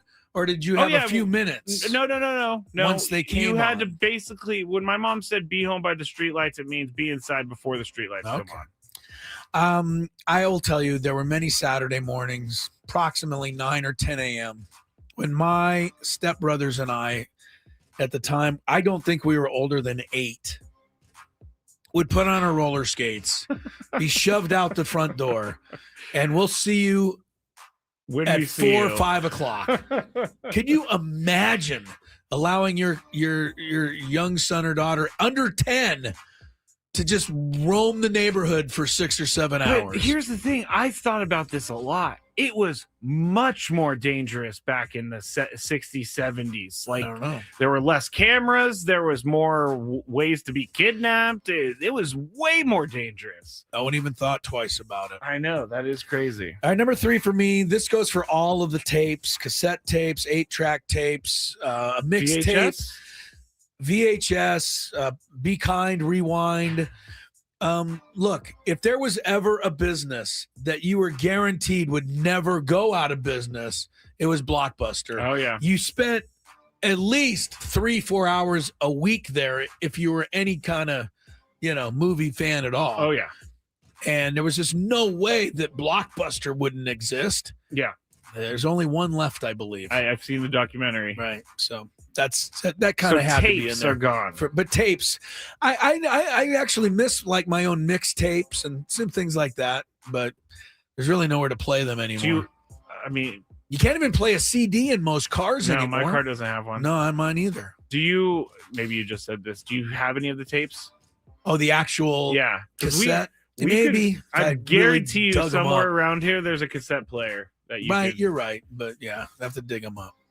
Number 2. All right, my number 2 is something I learned in 2nd grade, and I have used it ever since. It's cursive. No one uses cursive anymore. You better even have to tell people what it is. It's handwriting. It's handwriting, but it's like connected handwriting. Yes, I know. use Everyone cursive had to know this. all the time. If I were to show you my notebook right now, there is You still cursive use in it? it. I love cursive. Really? I love it. I stopped using it when I was maybe 12 years old. I learned it, but I never liked it. Like, here's me with the cursive S right I here. know what all the letters are. I know. I'm just showing But yes, you. This right. is my notebook from like We last wasted a lot of time in 1st, 2nd, 3rd grade learning cursive because it is a waste of time. We didn't need it, as it turned out. I love cursive. Yeah, all It's right. way easier. You don't have to lift your hand off the page. You just go from. It's way easier for me. All right. Number 2. They're teaching cursive again. They're trying to bring it back. Okay, apparently. Okay, I love All right, it. Good to know. All right, this is something that you're going to probably have to be almost my age or pretty close to remember, but cars didn't only have bucket seats. Bucket seat being one seat and another seat in the front. Yeah. A lot of them had bench seats. I It went remember all the way across. In the middle of that bench seat was a little jump seat that you could fold down and use as an armrest. Or you could put your 6-year-old kid like me and sit them on it. Yes. And you had the best view in town, You man. really did. You had a bird's eye view. You were right there, the front of the car. Dad's driving, mom's smoking. Windows are up. Yeah. You're right on the jump seat. You're looking out the window. And man, if they ever stopped short, you could just fly right through that windshield. Oh, of course. And no seatbelt, nothing. How I survived it, I'll never know. And anybody survived it. But I'm pretty sure everyone of my ilk or that kind of era loved that moment when their parents let them sit on that little jump seat. It was a cool feeling as a little kid. When I was growing up, my grandparents lived in Iowa, and they would have to come pick us up from Chicago. It was a 3-hour drive back home. You got the jump seat? I looked Or forward whatever you to call it. that. Yeah, I looked absolutely. forward to it. I was like so pumped to sit between grandpa and grandma. Oh, you were right up front, man. Yeah, I But was you never an thought adult. You never thought about the fact that you could fly through the window with the greatest of ease. No, I didn't have any idea. Also, sitting backwards was cool when I was growing up. Like Volvos had seats that faced backwards. The station wagon where you would sit with your brothers and sisters with just staring out the back of the car. That's what I'm saying. At the person who was behind you. Yeah, which is you can do those. It's just weird these days. All right. It's just weird these days. Jump seat, man. That was a moment. All right, we're on number 1. We're on number 1. Number 1. My number 1 is something you've already said, but my life. Going to the movie rental store. Oh, Blockbuster. I miss it so much I do because too. you know how many times I sit there and I try to look for something to watch and I just can't and I give up and I walk somewhere else. In the movie store, you always leave with a movie. You always find a movie. And I love looking at the video games. I would always go to the scary movie section and sneak peeks at those things. But I love the movie store. Hollywood Video was ours, and I had to like the Hollywood Video? I had to start paying our late fees because I was always bad about the late fees. I'm just gonna say that we had trouble, Lori and I, agreeing on one. Oh, and invariably when you went to the video store, fight. no fights. Okay. But on your way over, you always went, all right, we're getting Superman Returns. Yes, let's go. That was never there. It was never there. And so there. when that was gone, now you were looking all over for the one and Yes. you couldn't find it. And you can't find it. It's stressful. Now you're sitting in there for 30 minutes, and now you're getting frustrated with each other. But you're right. You usually grab something. Yeah, you do. You do. Did you always rewind? Were you a good rewinder? I was not good at returning on time. Oh, that was a problem for Yes, it was. you. I also remember that you could do the sneaky go where the movies were being returned and maybe find one that you wanted that hadn't been shelved yet. Yes. You Try can go that. ask the guy, hey, you got any Terminator 2 Judgment Day back Might there? be able to sneak one that way. And they'd be like, you know what? I do. I got it. I do. That's a good call. All right, final number one for me. I was an only child, so when my parents went out, they left me home with one of those little plastic trays that you sat up in front of the TV. Do you even know what I'm talking about? Yeah, dinner tray. And put on that a TV dinner. Like- TV dinner number one. Like Salisbury steak. Salisbury steak. Yes. The only time The you get worst Salisbury food steak. ever made. That I is think. really funny. And I was talking to my wife about it this morning, and she said, I love the cherry dessert. I'm like, Who likes the cherry cobbler? Was terrible. The peas, the potatoes even were awful. They were all soupy. It was terrible. Swanson's. If that company even still exists. It does. It does? Yeah, it does. Somebody ought to just, I don't want to say it in this don't day say and it age, because but- they make other stuff now. All right. But man, the fact that they made me as a 10-year-old kid even eat that stuff. But you TV loved dinners. it. I did not. It's part of my life growing up that it was, big deal. But your parents tried to make it out to be a thing too. Well, yeah, they wanted you to buy in. Well, they were guilty that they were going out. So they'd be, hey, but you get a TV dinner. Come on. When I was a kid, we had TV dinners that would have a little brownie in it. Brownie, but then you know what else with the TV dinner?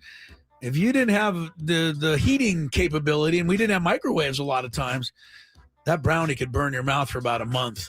Oh, yeah. So That's you had to true. be careful with That's that. true. Man, the dangers of TV dinners. TV dinners. Oh, come on. All right, we'll play Chris vs. the Fans next. Hope you enjoyed that trip down memory lane.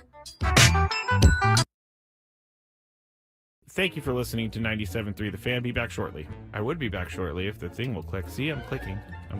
I have no idea what's happening. It's not playing any commercials right now. Well, this is just great, everybody. Let me see if I could try to start another one. All right. Well, this is awesome.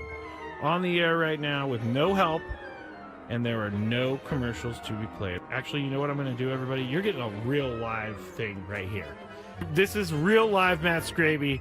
I'm going to have to restart Wide Orbit real quick. So goodbye, Wide Orbit. It's not even closing. I'm going to text Adam, and I'm going to say, Adam, I tried to go to break and the commercials did not play, and the program won't shut down. Oh, you know what I'm going to do? I'm going to have to do some Control-Alt-Delete over here. Control-Alt-Delete. Okay, I got it. Task Manager. It's not coming up. There it goes. Task Manager came up, everybody. I have no idea. I'm way too generous with my stroke giving. Never mind. Are you really? Never mind. Wait. I did not Let's mean explore for that to happen. I did not. That sounds like a promo to me. Skraby's giving out strokes. I can't wait to hear that one. I'm gonna laugh for a while on that one. Nate says, Skraby, maybe you should date her. You might be a generous stroke giver, but I don't think she really wants to leave her boyfriend for that. All right, that was good. In full disclosure, I'm reading this. Tony can't gather himself right now. That was a good one, Chris. That was a really good one. So I saw this at 7-Eleven, and I had to get it. It's called the One Chip Challenge. It was sitting there in the aisle, and I thought, why not? Because I am into spicy stuff. But this thing looks pretty hot. I'm not going to lie. It says a Reaper pepper and a Scorpion pepper. It's also in the shape of a coffin, which doesn't make me very happy about that. It doesn't make me feel good. Oh, extreme heat, it says. I'm going to try a little bit first, just so I don't die, I guess. That's the thing I'm saying. This looks... I don't even know if I should be eating this. It looks like it has mold or something, but let's see. how hot it is. Let's go. There's a little bit of spice there. It's going. Oh man, this is hot. Not that bad though. I still have this side to go. It is getting hot. I'm not gonna lie. My mouth is like getting crazy. Now it's kicking in.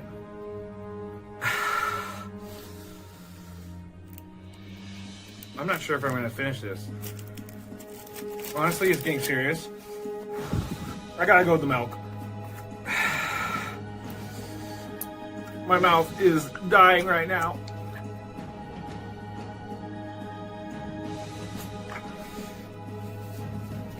Yeah, this is not fun, guys.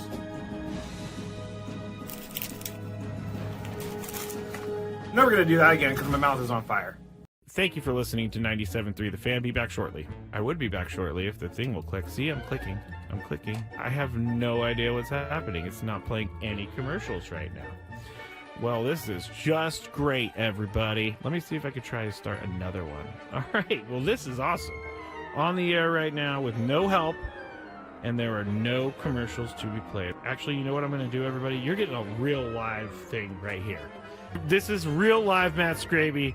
I'm going to have to restart Wide Orbit real quick. So goodbye, Wide Orbit. It's not even closing. I'm going to text Adam, and I'm going to say, Adam, I tried to go to break and the commercials did not play, and the program won't shut down. Oh, you know what I'm going to do? I'm going to have to do some Control-Alt-Delete over here. Control-Alt-Delete. Okay, I got it. Task Manager. It's not coming up. There it goes. Task Manager came up, everybody. I have no idea. I'm way too generous with my stroke giving.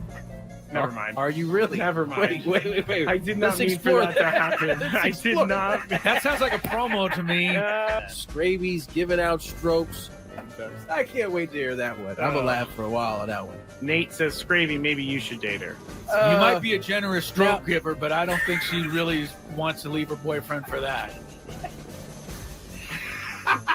All right, that was good. That was good.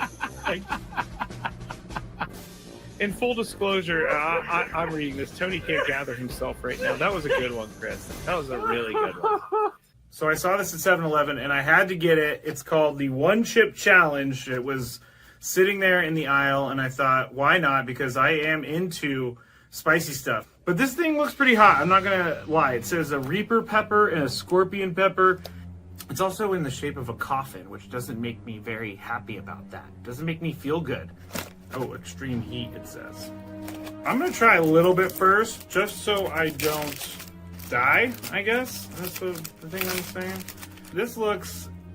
I don't even know if I should be eating this. It looks like it has mold or something, but let's see. At 4 o'clock, we're halfway home on a Friday. Voice is almost there. I hear a crack now and again, but for the most part, you've all been witness to the week of my voice. Where was it? Tuesday where we started. It was like this. We were hurting. But Don Orsillo and the throat coat pulling it together. Thank you, Donnie. And Tony for bringing it in. Yeah, Tony would be mad. Yes, he would. Tony and I's NFL picks are ahead. We still have Chris versus the Fans, a big five.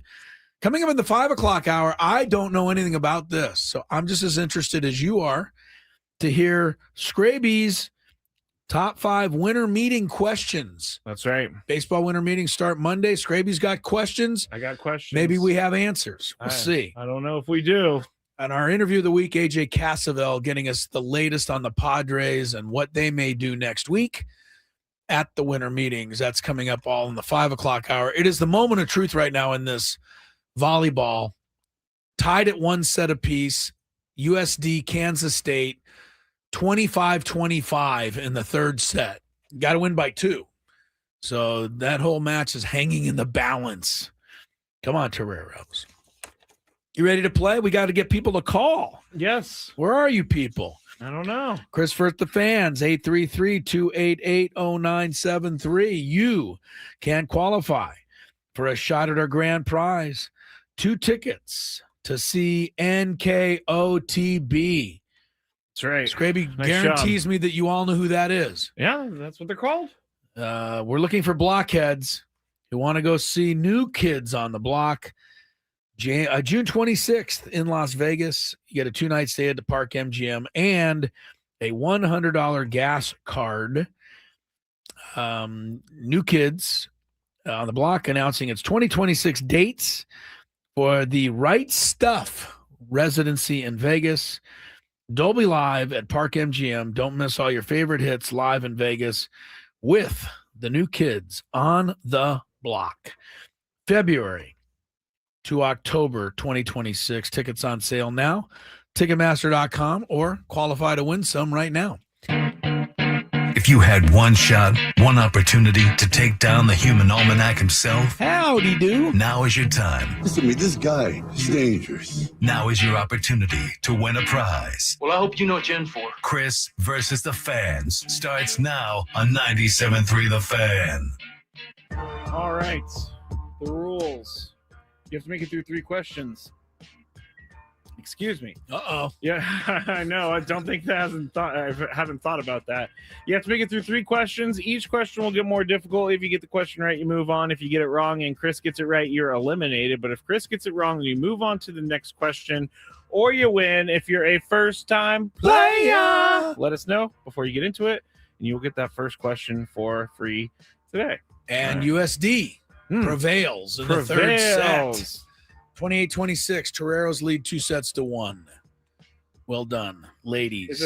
I'm assuming best of 5. Best of 5, yes. Okay. All right. All right, let's go to our first contestant today, and we'll go to Scott. Hello, Scott. Hey, how are you today? Good. Thanks for playing here, Scott. Good luck to you. You ready to go? Ready to go. All right, here we go. Question number 1. Where did Marvin Harrison Jr. play college football? Ooh. The Ohio State University. Nice job. No kidding, man. All of those guys played there. He's not going to play this Sunday, fantasy football people. Jackson Smith and Jigba was like 4th string behind him and a lot of other guys. He was. They were so good. They were very good. Yeah. Who was the quarterback? Stroud? Or they had somebody before him, too, didn't they? I can't remember them all. Yeah, I can't either. They get a new one every year. All right. And they're all good. And they're all, amazing. Here we go. Scott, question number 2. All right. It's a rule in the NFL. There are 2 penalties, or let me start that over. There are 2 aspects of roughing the passer. A 15-yard penalty, and what else?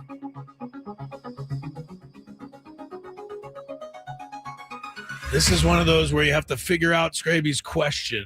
It's a 15-yard penalty, and then there's something else that they have. Won't be. Yeah, you've asked it fair. He's just got to figure it out. That's all. What else do you get beyond a 15-yard penalty? Well, you can get ejected from the game. Oh, no. What is the, what is the official on-field call? Yeah, not the player who commits it, but the team that is benefited by the penalty. They get 15 yards and... Oh, and an automatic first down. There we go. He figured it out. We did walk you through, but it was confusing. That's good enough. It was confusing. Yeah. All right. Automatic first down. Automatic first down. All right. First down. Does you remember a guy named Red Cashin? No. You don't? Red Cashin. Oh, Red Cashin, classic referee. Oh, no. Somebody will know him on the chat. Red Cashin, man, when he'd call one of those 15 yards, and he would give it the old first down. Okay. He had it really going on. Red was all right. I miss what. Well, no, I don't. Put a little effort into it. All right. Let's go to question number 3. For the win. Which former Oakland Raiders quarterback nicknamed the Snake passed away on June 8th, 2015? Scott's got this. Easy pickings, How about Kenny Stabler? He's got Kenny it. Stabler is correct. Very nice good. job, Scott. All right, easy going. Stay right Scott. there. Well done. Called on a good day. Questions were doable there. Yeah, the Snake, man. Love the Snake. Even though he, beat my team famously a couple of times with great comebacks. He was, I don't know if he was the last of the kind of the swashbuckling quarterback. Madden was the coach of the team, But I don't think Madden really told them anything to do. He just Like did his own Stabler thing. just looked over and said, John, I'm going to do this. And Madden said, okay. That's what maybe was the greatness of Madden. He let those guys kind of do what they wanted. But Snake, he was the kind of guy, I liken him to now. Who? A little bit of Russell Wilson. Whereas Snake, through 3 quarters. You just called him Snake? I didn't, but I didn't know him. But people called him that. But yeah, he was always the yeah. Snake. Yeah, Kenny the Snake Stabler. But he would be maybe 3 for 20 passing with 8 minutes to go in the game. And then he'd go 9 for 9 for 92 yards and 2 touchdowns. He was that's what he was. Of course. Yeah, the Raiders would come back and a miracle win. It happened all the time. Anyway, he's in the Hall of Fame, finally. Yes. Took him a while, but I thought he deserved it. I was glad to see him get in. Can I switch it up a little bit and make you angry about college football again? Sure. I saw this tweet, and it is a fallout from Lane Kiffin. Okay.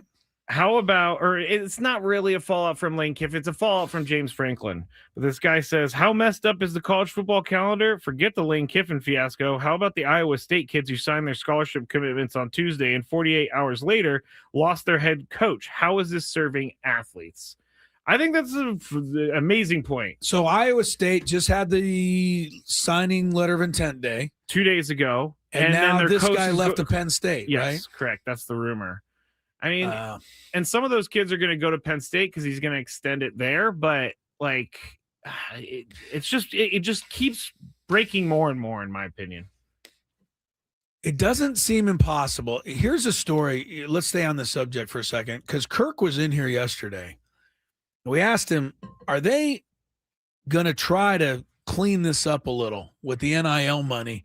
And then we'll address the coaching thing. But Kirk said something that I thought was pretty good. He said teams are going to start putting in their NIL contracts a clause. Yes. And that says if you leave early, you're going to have to owe us a certain amount of money. Well, he said that yesterday. It made sense to me. And today. Yes. Just one day after Kirk said that. Yeah, say it. University of Georgia says they're trying to obtain $390,000 in damages from a former player, defensive end, who transferred to Missouri and didn't complete the time he had signed up to play his NIL. I think it's fair to... Seems like an easy win for Georgia. Should be. If it's in the contract and he didn't complete his... that's the question. I don't know if it's 100% in the contract, but I think it's going to be now. Oh, of course. So you're not going to sign any player to an NIL now, I don't think, without putting in there, you leave early, you're going to have to pay up. I wonder how many schools are going to go in the direction of, we don't make those clauses in the contract. Well, maybe. Come on over to our school. Well, maybe they'll try it, but it's risky business. The Bulldogs have asked, Georgia has asked a judge to force this player, Damon Wilson, who's now at Missouri, to enter into arbitration to settle a clause in his former contract that effectively serves as a buyout fee for him exiting early.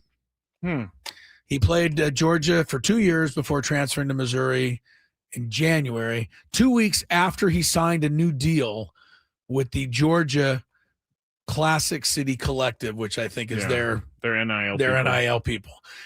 Players have to start 2 weeks after 2 weeks after he agreed that he was going to be Georgia. Give me money, Georgia.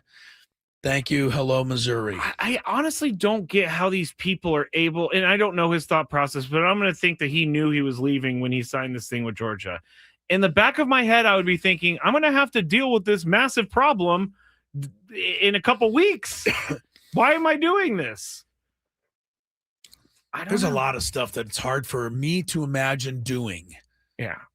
But maybe if I was in those shoes. True. I've never had that money dangled in front of me. I'm not there, but yeah. How about a little bit of, taking responsibility here and saying, okay, I'm going to go to Missouri. I can't be signing this, getting $400,000 and then leaving the next day. On paper, from what we've read, if this came into your courtroom, you were saying judgment for Georgia. Yeah, I'd give Georgia the money. And I don't like Georgia. I agree with you. Yeah, I think it's fair. As a matter of fact, in my ruling, I would get that in. I would just want to say, as the judge in this case, I'm ruling in favor of Georgia, but I don't like the University of Georgia. You would say I would get that in. All right, we'll take a break. Traffic's coming up. More Gwynn and Chris on the other side, including a funny video that I want you to all watch. Stick around. Okay. Ladies and gentlemen, Manny Machado has joined the show. Manny, welcome. How are you, my friend? I'm good. I'm good. I guess we got to start with the most important part. I mean, you reached a pretty big milestone, hit 2,000. You hit 2004 now. You hit 350 early in the year.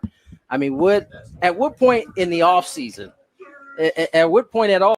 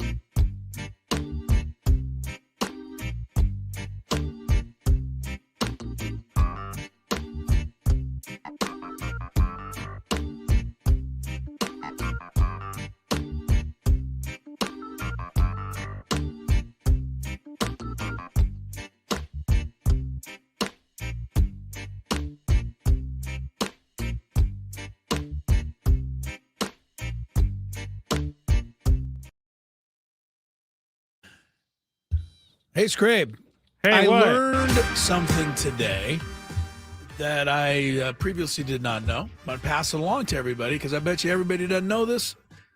Same way I didn't know this. Well, let's hear it. 4:19 is the time. Gwynn and Chris, Crisello, and Skraby. Tony's off today. We'll have our NFL picks coming up in a little bit.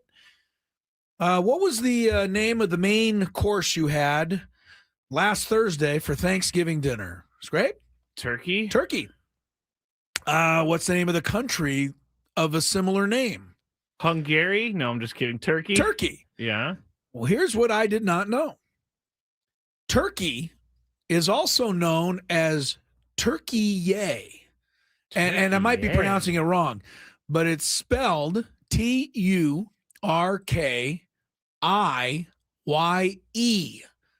And that's the Turkish way to say Turkey. I guess it's Turkey or something like that. Anyway, I'm bringing this up.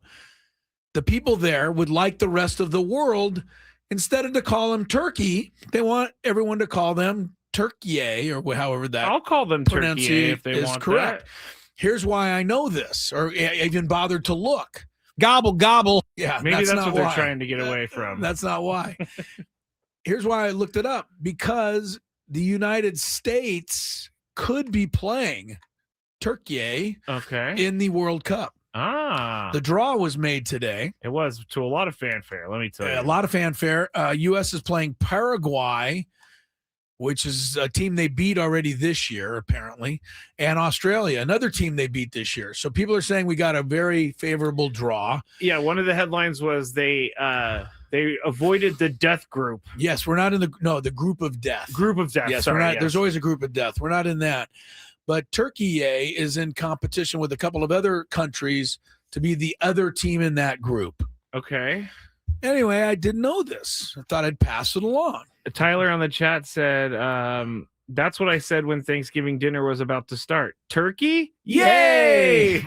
Is that Tyler's sending a lot of stuff in today, and he's been solid. I think I'm okay with that. I'll definitely call them Turkey if they want to be called Turkey. Yeah, that's how they want to pronounce it. Turkey. I don't normally bring up the country of Turkey. Nor do I. But I think if you bring it up and call it Turkey, people are going to go, what someone's saying it's Turkey. I'm just looking at pronunciation online, and it does say 3 syllables, Turkey. Okay, well, yeah, that's what I'm going by, but 3 syllables. Not disagreeing with whoever's. I don't know if they know, but anyway, if you tell somebody, hey, I'm going to be vacationing in Istanbul, where's that? It's in Turkey. Where's we're that? Gonna go, what the hell's that? Where's this? But, it's just something that you maybe want to be aware of out there. Do you think Tony in a million years would be able to pronounce this name? Hungary? I mean, Turkey? There's no chance. He might get lucky on the first try. He might. I'm going to go with Hungary. That's an unbelievable one. It's what was the category? It was countries largest European countries, which ended up having Russia be number 1, which Russia is not in Europe. You're still upset. That was like because 4 Tony years won. ago. It was a long time ago. Join Tier 1, David J. He's from Hop Run Tours. It's an unforgettable trip to the Windy City next summer with Ben and Woods. You're going to get to see the Padres, or San Diego, I guess I'm supposed to say there. Yes, apologies. Take on Chicago. Yes. Can't call them the Cubs. At one of the most historic stadiums in all of baseball. This package from Hop Run Tours will include round-trip airfare, hotel accommodations for 3 nights at a 4-star hotel, stadium tour, tickets to 2 games, I'm assuming at Wrigley, which we're not allowed to say either. You also Why do you keep saying these things you're not allowed to say? Because I don't understand that stuff. Because it's all trademark and whatever. Yes. Yeah. Be so full of yourself. It's not about that. All right. You also get a group. Here's the highlight anyway. Never mind the rest of the stuff. You get a group dinner with Ben and Woods. So come on. Yeah. 97.3 thefansd.com/Chicago. You get all the details. The special fan trip is brought to you by Hop Run Tours, who handle all the travel and event details. 97.3 The Fan, proud to promote this package. And I should tell you, if you're interested in going, that couple dozen packages, I believe, have already been sold from what I'm hearing. I'm hearing it's going very well. So get in on it if you'd like to go. Yes. Also, Ben and Woods put a funny video up today. I don't look at a lot of their things. I don't know they look at a lot of our things. But we always have a healthy respect for each other, but there's a bit of a competition too. So an internal competition. A little bit, right. Ben and Woods put a very funny video up today. I don't know what the idea was for it or, where it was born, but it had something to do with the way Ben walks. And I never thought of this before, but they show on the video, Ben walking away from the camera. And you're like, okay, what's this all about? But then Woods does the same, but Woods is portraying Ben's walk. And it's pretty funny, I got to tell you. Ben, I didn't realize you walk so comically until I saw Woods do your walk. And then I totally recognized it because I've seen Ben a million times and I just never thought about his walk before. Where did you see this? It was on Twitter. It was on Twitter. a tweet. It was a tweet from, I'm assuming, their show. I just looked from Woodsy. I'll go to Woods. Maybe it was Instagram, but I think it was Twitter. I'll go to. Anyway. I just looked on Instagram as well. Anyway, if you find it, post it or something for some people. It's just a quick video take it 20 seconds to watch, but it was funny. And Ben, you're pretty funny. You walk funny. There's nothing wrong with that. I do a lot of things funny. But yeah, Ben walks a little funny. And it took Woods to kind of bring it out in the video. Oh, it's on Woods's. Okay, hold on. Here we go. All right, watch it. All right, okay, watch Ben walk. Hold on. Let me put it on the stream. All right, let me see. We can all watch this. Let me give. All right, we got another minute. We can watch this here. Yes, we do. I didn't realize I got Alex Morgan right over my shoulder over there. Someone told me, by the way, if I have to have somebody over the shoulder, that Alex Morgan is sometimes what takes your camera and makes it cattywampus. It thinks that there's a person back there. I think the camera would rather look at Alex Morgan than me. What's funny, probably Chris? Makes sense. I said that exact same thing. Yeah. All right, give me another second. I'm trying to get this up online. Oh my goodness, Gonzaga is destroying Kentucky in basketball 19-2. 19-2. Yeah, bad start for Kentucky. Bad start for sure. Yeah. All right, here we go. All right, here's the video. Here's Woodsy. He opens up on the video here. I gotta take out. There's a lot of steps to this, Chris. There we go. All right, here's the video. So after spending some time yesterday working on his walk and his gait, this is what we've come up with. All right, they're working on his. Here comes Ben.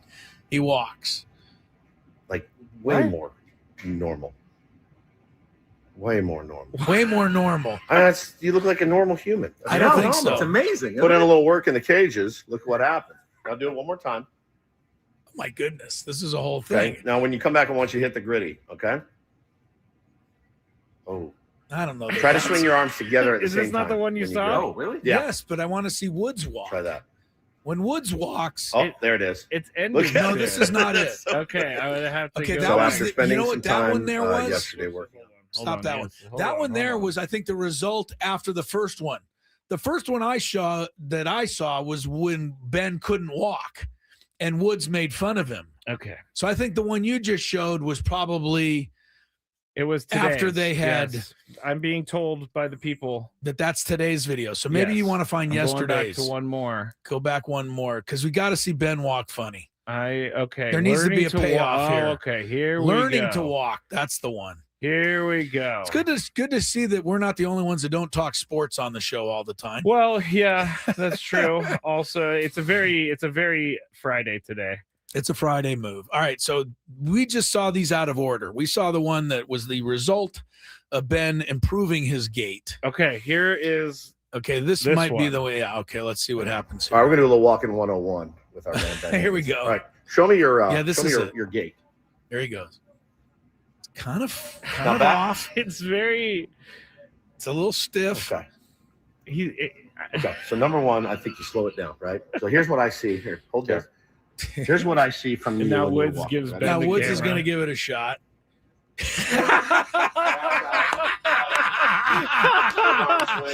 Oh my God! I'm sorry if you're driving and you can't see that. Well, So just But so Woodsy Ben kind of looks like he's like riding a horse when he's he walks. shuffling a little bit, and he's got his legs are a little wider apart. At that speed. Well, okay, let me walk fast. So then I'll just do like one of these. Now Woods is going on trying to show him what he should Woods be walks walking normal. on.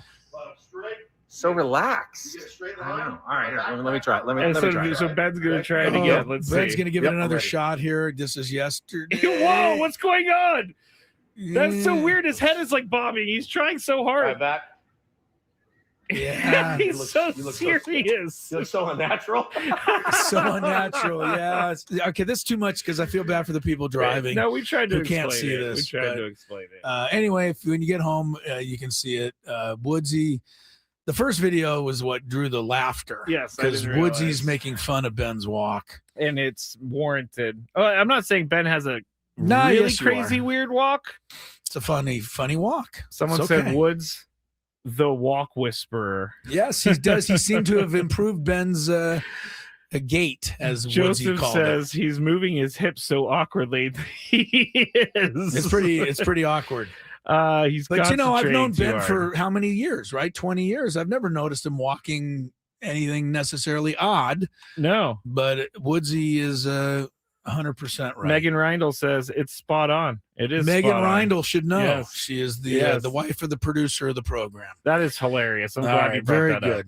up. Break time, Big Five coming up. The biggest guests in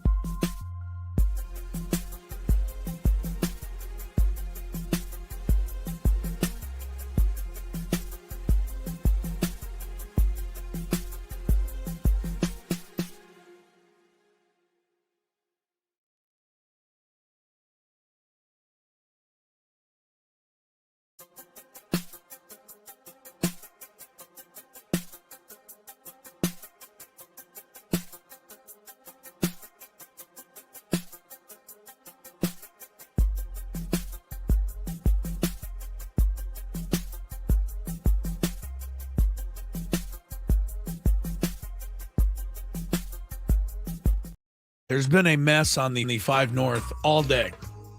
Yes. Right around Delmar Heights, maybe. You're looking at, we're just telling you the best we can. You're looking at maybe, an hour and 45 minutes to get through there and get home. If there's any other way you can go home, that might be the thing to try to do today. I know you are one of those people, Skraby, unless you go around it, that may have to I want to be stuck in it. sensitive. I want to be sensitive to the situation. Right. There's a situation going on. I drove by so it and I saw. we're not going to get into all of that, but just suffice to say, it's going to take you a long time to get home. Be careful. Take your time or plan another route. Something. What do you use, route or route? I use route. Route? I guess I interchange it. Yeah, depends on kind of where you need it. Yeah, it's a bad situation. But when I was driving down, traffic was already stacking up. So like Chris said, try to take another way home if you can. All right. Kelly will have the traffic in the meantime. Oh, it's ready. Well, let's hear it now. And then the Big From Five. the 855 Get Right Traffic Center, protecting San Diego after accidents or injury. Here's Kelly Danick.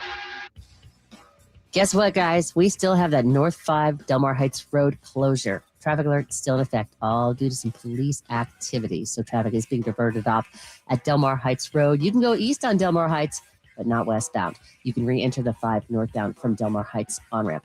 Meanwhile, southbound 5 lanes are open, but you're still seeing a lot of slow traffic. Now, those of you who travel North 15 into the North County, if you notice it's a little more crowded, all that activity on North 5 coastline, that's why. In fact, we got the stalled car in middle lanes right before Miramar Way, not helping the situation. But once you're past it, don't get too comfortable. It's going to stay, pretty solid all the way up toward the 78.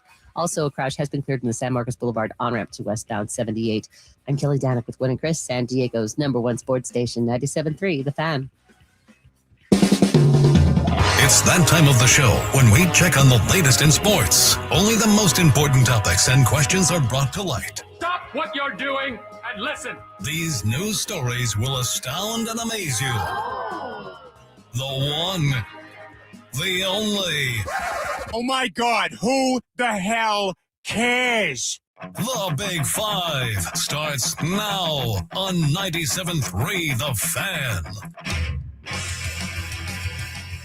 All guests on 97.3 The Fan join us on the David P. Shapiro Fan Hotline. David P. Shapiro, criminal defense attorneys, helping good people regain control of their future with charged with a crime since 2010. Visit davidpshapirolaw.com. We will be announcing the biggest fan winner at around 5:35 today. So if you signed up, then make sure you are listening. Number 5. I've gone back and forth on this topic a million times, but I'm going to go with this one. Buster Olney tweeted out ahead of the winter meetings that there's going to be lots of trade talks next week, obviously, but one of the names that's going to be involved and likely to get traded, Mackenzie Gore of the Nationals. Now, he's still under contract control, Chris, so it's not like you're going to have to pay him a lot of money. Let me ask it like this. Do you think AJ Preller misses Mackenzie Gore? Oh, would like to get him back. Twice about having traded him? No. Okay. Because I don't think AJ Preller does that. Okay. And I don't think it's a healthy thing for any general manager to do. You make your trade, and you get Juan Soto, and you end up with Michael King, and you have what you have. I mean, we've heard this how many times that the Nationals fleeced the Padres by getting Mackenzie Gore, James Wood, Robert Hassel. Yeah, Hassel Bobby even Barrows. started to, get going there. But yeah, they got so much. The Padres got Juan Soto, then lost him. So, it was a disaster. The only thing I will say and caution you about the disaster you say is that even with all, the Nationals haven't won anything. Of course. Right? They still stink. No, they're still in last place. Yeah. So the Padres have been in the hunt, thanks in large part to that trade. So, there's a lot of ways to look at it. Mackenzie Gore was an all-star last year. He struggled down the stretch. He finished 5-15. Yeah. With a 4.17 ERA and a 1.3.5 WHIP. Those are not good numbers for a whole season. Maybe the All-Star game he was much better and he had a lot of strikeouts. But he only ended up with 185, 4 more than the year before. Yeah. So I'm not saying I don't want him back. I'm saying that there's no way. No, you don't sit there. You wish him well, and he's gone and done what he's done. But I don't know, 7-10, 10-12, 5-15. Those are his 3-year totals with the Nationals. 4.15 total ERA in 3 years. Not like you traded Paul Skeens. No, but we also forgot CJ Abrams part of that trade. Right? Yeah. Oh, yes, I know. I'm not saying that. No matter what we gave the Nationals, they still stink. Yes. That is true. What has it done for them? No, I think you're right. AJ Preller doesn't regret trades or anything like that. I think the Brewers GM recently, Matt Arnold, said, if you haven't made a bad trade, then you haven't made enough trades in baseball. Well, because that's part of it. Because too. It just happens. But I don't even think it's a bad trade. I do think I can make a case that it wasn't a bad trade at all. I wasn't saying that, but I think that AJ Preller does like players that he drafts and he tries to build up. And I think that if there was a possibility for him to get Mackenzie Gore back for the right price, he would definitely do it. He wouldn't think twice. If it was a cheap deal and you had control, he does have control for 2 more years. Mackenzie Gore's an attractive piece. Yes. But he's not yet come through on what he's been projected. No. That's not even close. No. Mackenzie Gore was the number 2 pick, 3 pick overall. He was the ace in making. He was the best player in the whole draft, right? 3rd pick. 2017. That is 8 years ago. That is a long time ago. And since then, Mackenzie Gore has won exactly 26 games. And he has a 4.19 ERA. He started 102 games. I mean, when do you start thinking maybe Mackenzie Gore's is never going to quite be that? That could be it as well.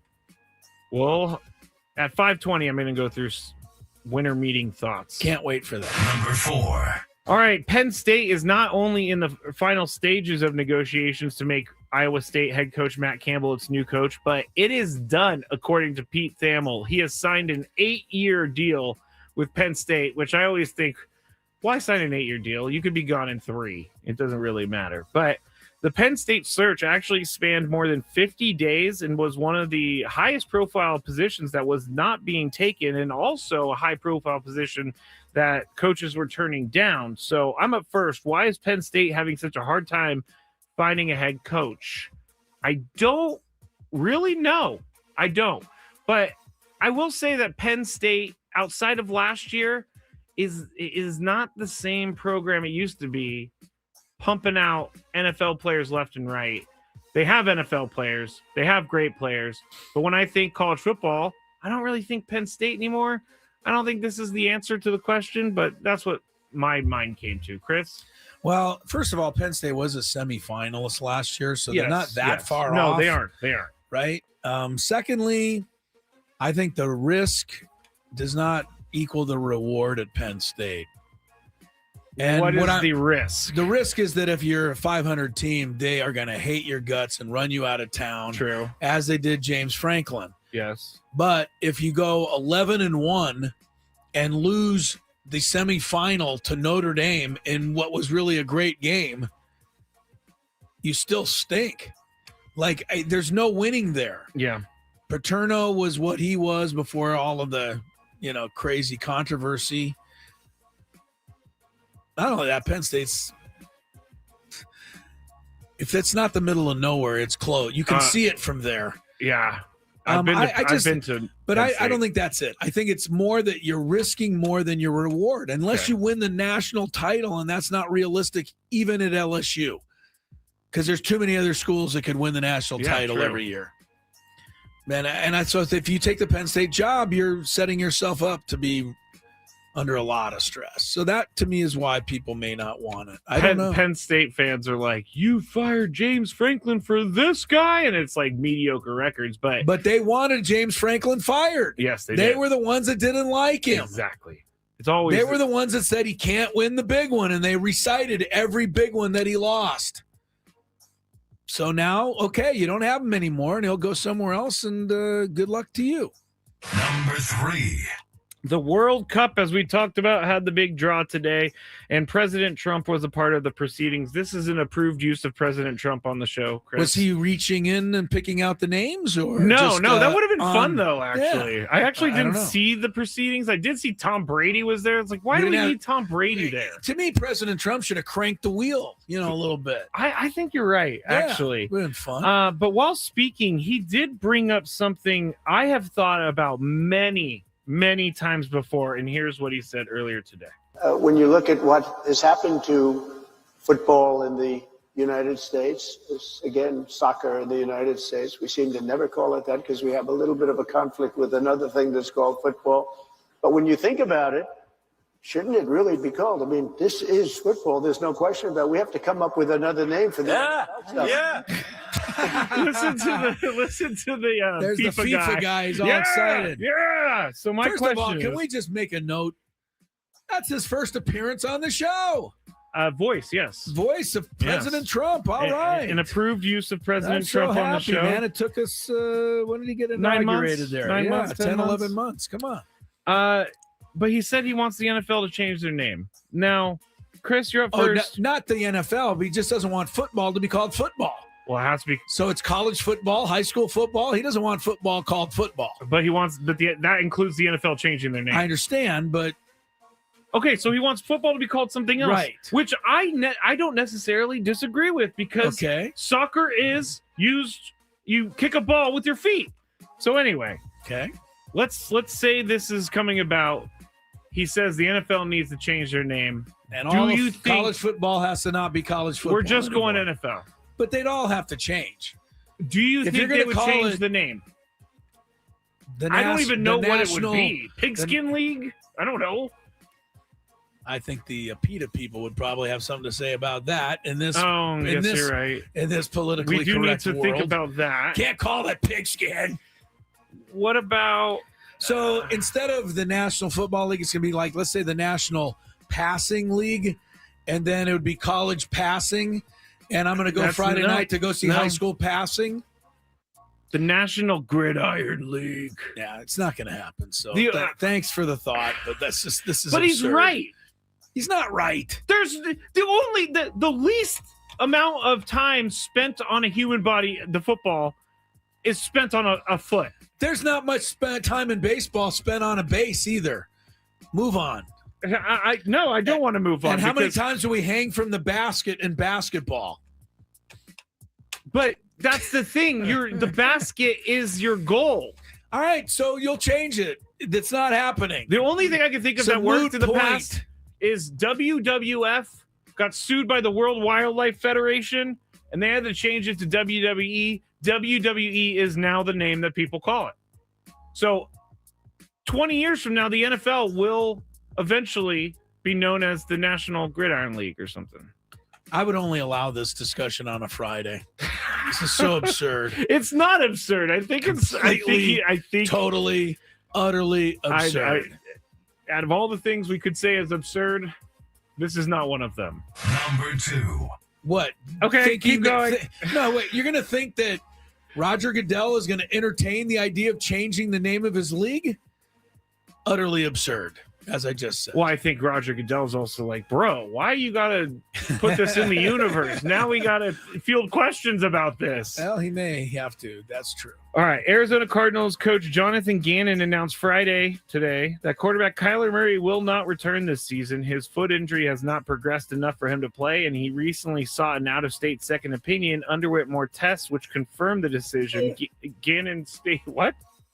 Gannon state, quote, I yawned. I was going back to the last story, I think. You need some oxygen. I was going back to the last story. It wasn't progressing in a way that we wanted, so we went and got a different opinion. Some different people and kind of looked at it, and it's just not right, end quote. I'm up first. Do you think Kyler Murray is still seen as a starting quarterback in the NFL? Yes, I still think he's seen as a starting quarterback, but I think he's got one more spot to go. I think the Cardinals are going to let him loose. I think his reputation of having to put video game clauses in your contract is a big mistake. What, that he can play video games? He has to focus. He has to do so much hours of work or film work all this other So stuff. he's too high maintenance. You're saying. I think that he is a starting quarterback for one team, and I think he only has one more shot, and it's not going to be with the Cardinals. So wherever this next shot is, That's it'll it. be get it done. Yeah, what do you think? It might not be far from wrong, but I mean, he's a headache. But everybody's allowed to be as much of a headache as they are comparable to their talent level. And if your talent level's here, you can be this much of a headache. His talent level when he's playing is here. What I'd be concerned about Kyler Murray is these are foot injuries, right? Yes. Yeah. What does he use better than anything? His feet. Yeah. So that'd be buyer beware. Buyer on beware. That. Be careful. All right. Make sure he's healthy. Number 1. We talked about LeBron James and his double-digit scoring streak ending last night after he made the most selfless pass in the history of passes in the NBA. It was a thing of beauty. I'm just trying to rile up Chris. If you missed it, go back to 2 o'clock. The pass that has moved him past Michael Jordan as the greatest player ever because of that one play last night. Here's the article, Chris. I wanted to do this for you. And in the moment, he didn't care. The right play was to pass the ball, so he did. And with that, his streak ended.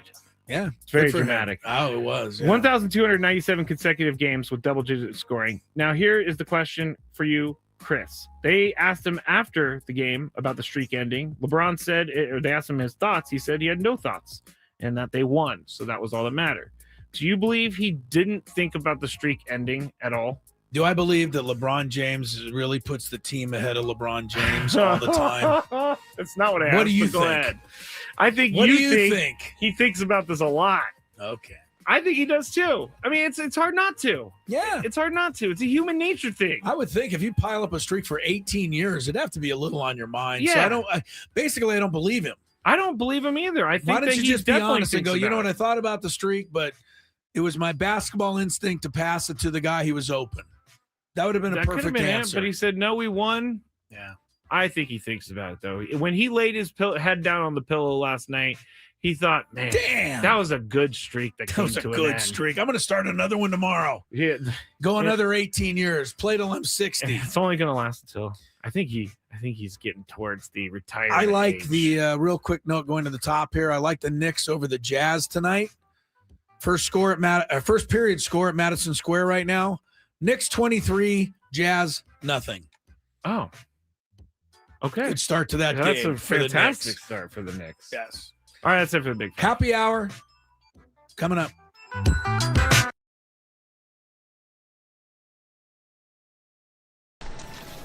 What are we doing, guys? I'm going to see the museum for the first time ever. It's going to be sweet. See my dad's plaque. See where Trevor's plaque is going to be. It's going to be pretty dope. Chris, I'm going to go to the Hall of Fame for the second time because I went earlier today, but I'm going in to see Tony go into the Hall of Fame. So all the way straight and back left. Straight back left. Straight on that back wall. This one? Yeah. How you feeling, Tony? I don't know how I'm feeling right now, honestly. Excited? I'm definitely excited.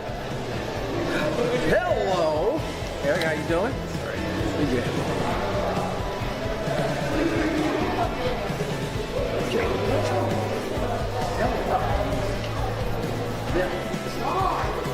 Wow. Just like I told you, next to the famous Barney Dreyfus and Leslie Wilkinson, whoever they are. That does look like them. I know. It's a good shot. They don't do them all that great. That one's good. Really good.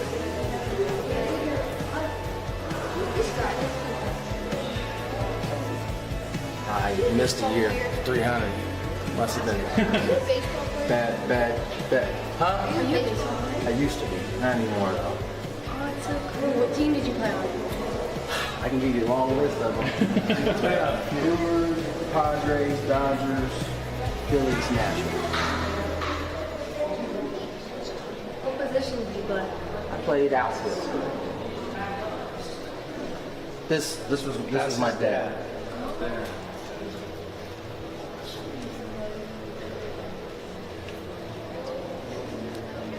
Oh, there's Dick Williams, Goose. I think he'd be pretty happy with his company over there. So. What are you thinking of seeing it for the first time? I'm thinking I'm hot. I'm quite warm right now, but it's cool. I mean, it's what I thought it was going to be.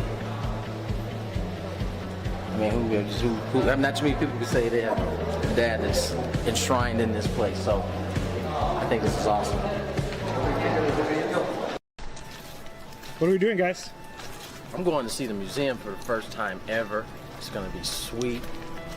See my dad's plaque. See where Trevor's plaque is going to be. It's going to be pretty dope.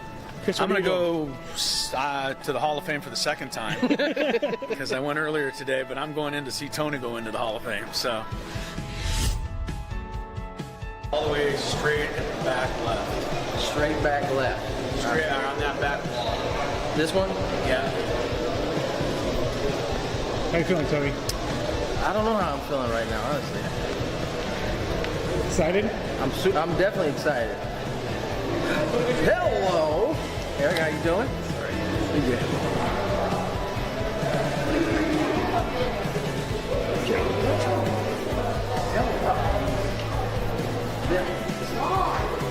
Wow. Just like I told you, next to the famous Barney Dreyfus and Leslie Wilkinson, whoever they are. That does look like them. I know. It's a good shot. They don't do them all that great. That one's good. Really good.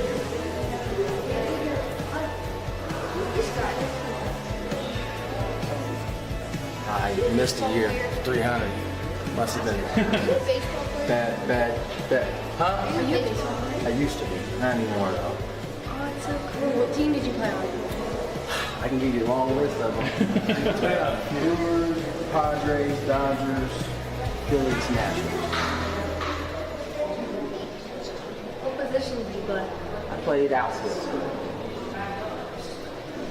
This was my dad.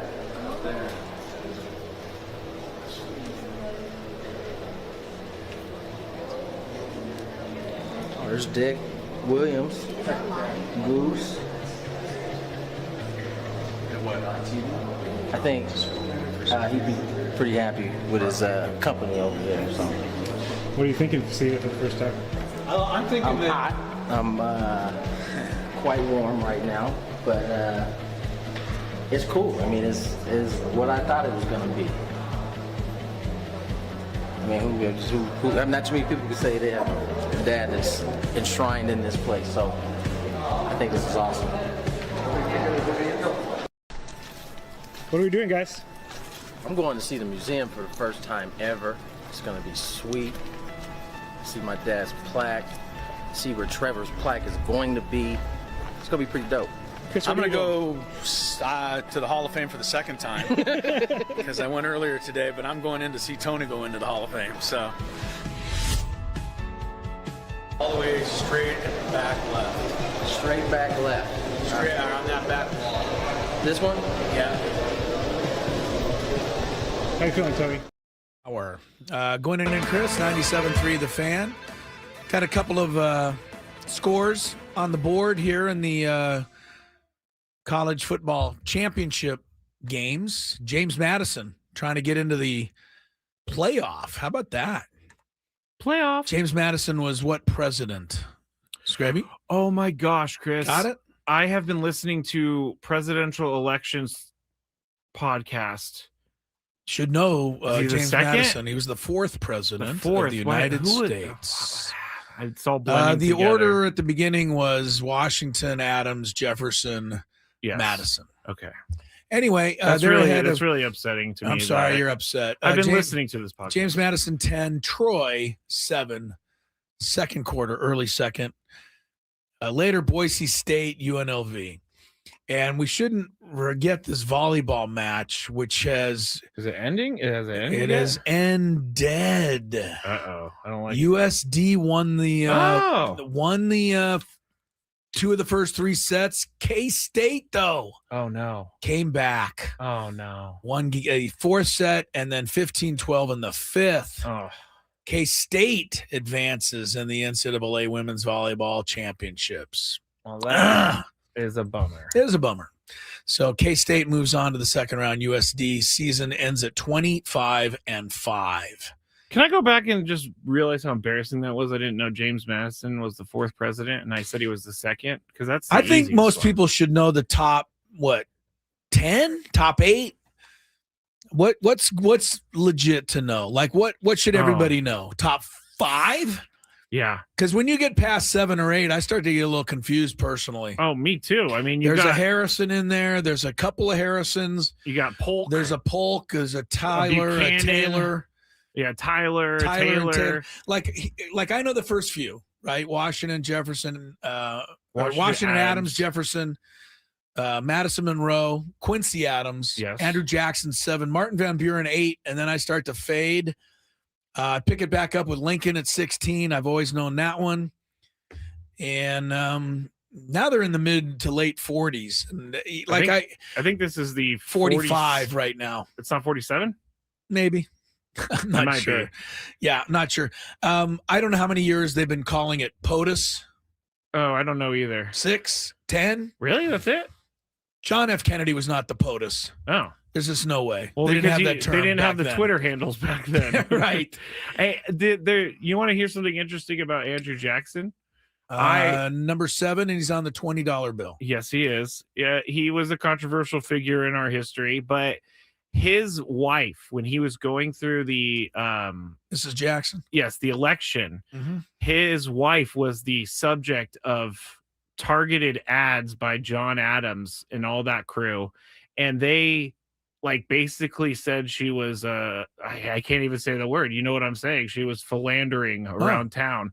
And Andrew Jackson, philandering's a fair word to mention. Andrew Jackson was I don't think you're going to hurt her feelings or her reputation character anymore at this point. Yeah. And so after he was elected, I mean, she found out about all this stuff. He tried to hide it from her. After he was elected, she died 3 weeks later. Because and you're saying there's nefarious circumstances? Nefarious as in these people made claims that ruined her life.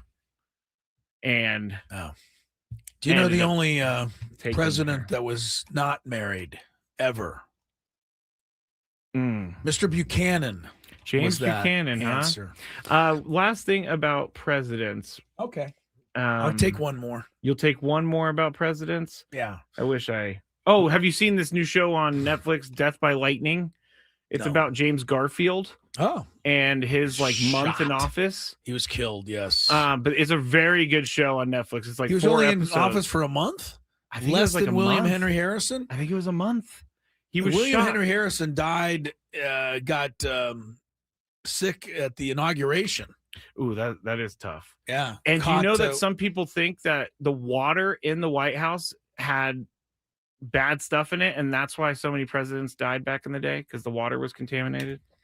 I don't know. My wife put some water in a bowl and took it outside and left it under the moon last night. What?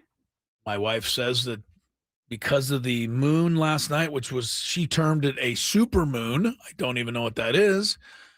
But she said also that because of the super moon, the water would gain positive energy if we drink it today. Did you drink it? No.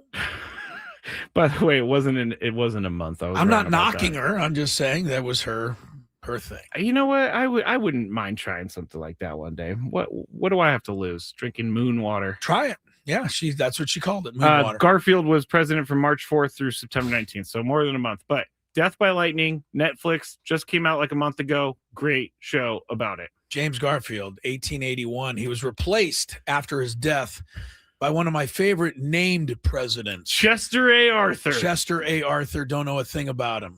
I'll tell you the name. He was a very suspect person when he was the vice president until Garfield died. And when Garfield died, something clicked in him, and he tried to do well for Garfield throughout the rest of the presidency. The only thing I can tell you about the photo of Chester A. Arthur, and I believe A stands for Allen, Chester Allen Arthur. It does, yes.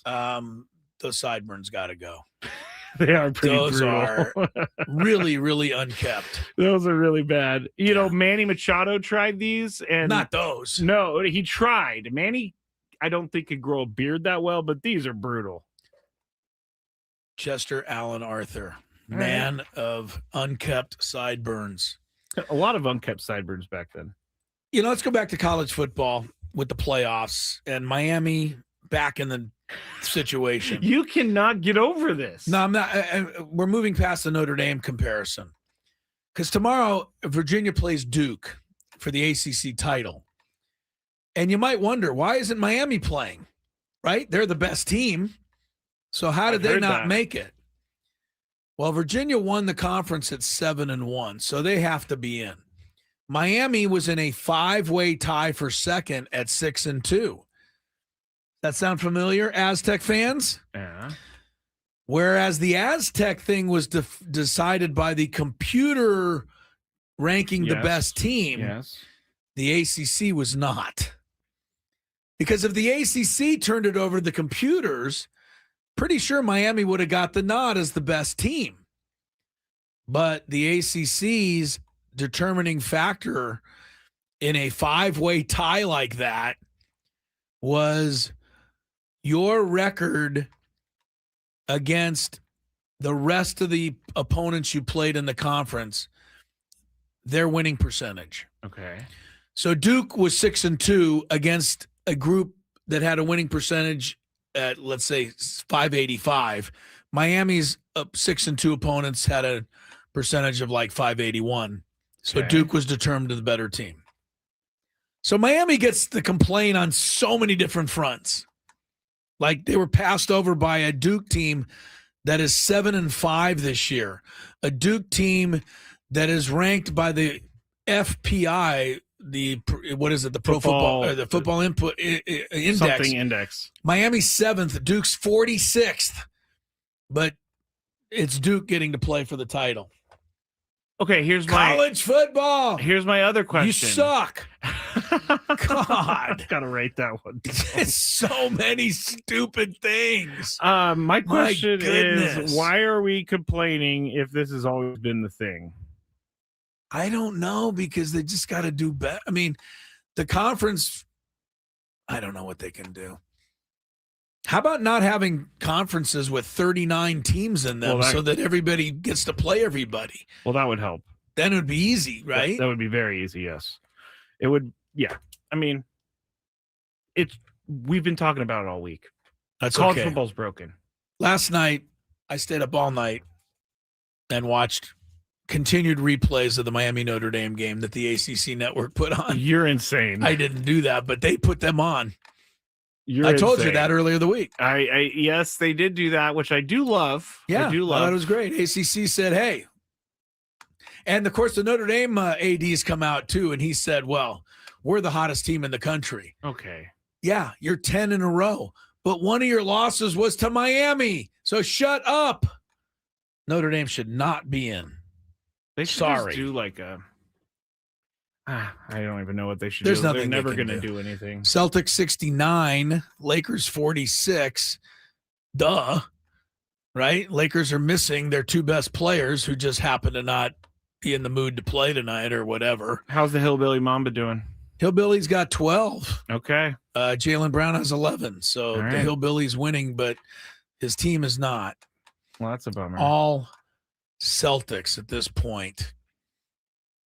You have a 5 things, or is it 5? Am I just making up a number? There's no number. No number.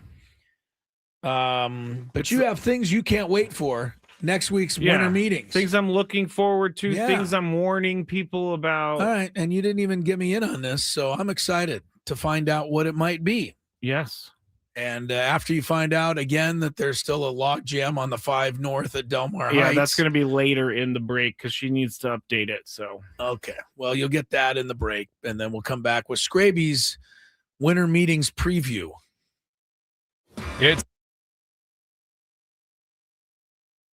Manny, you were the first chip to come in here. What does it feel like getting this organization back to the playoffs and back-to-back seasons? Man, it feels great, man. I mean, it's unbelievable. You know, from that first meeting with AJ to meeting Ron and Peter, you just seen the growing pains of losing, falling short. making it to postseason, making it short, having an unbelievable team, and now being back here back to back. I mean, it's just City of San Diego deserves it. The fans deserve it, and this organization as well. Man, you kind of put this team on your back through the mid portion of this season when the offense was a little bit waning.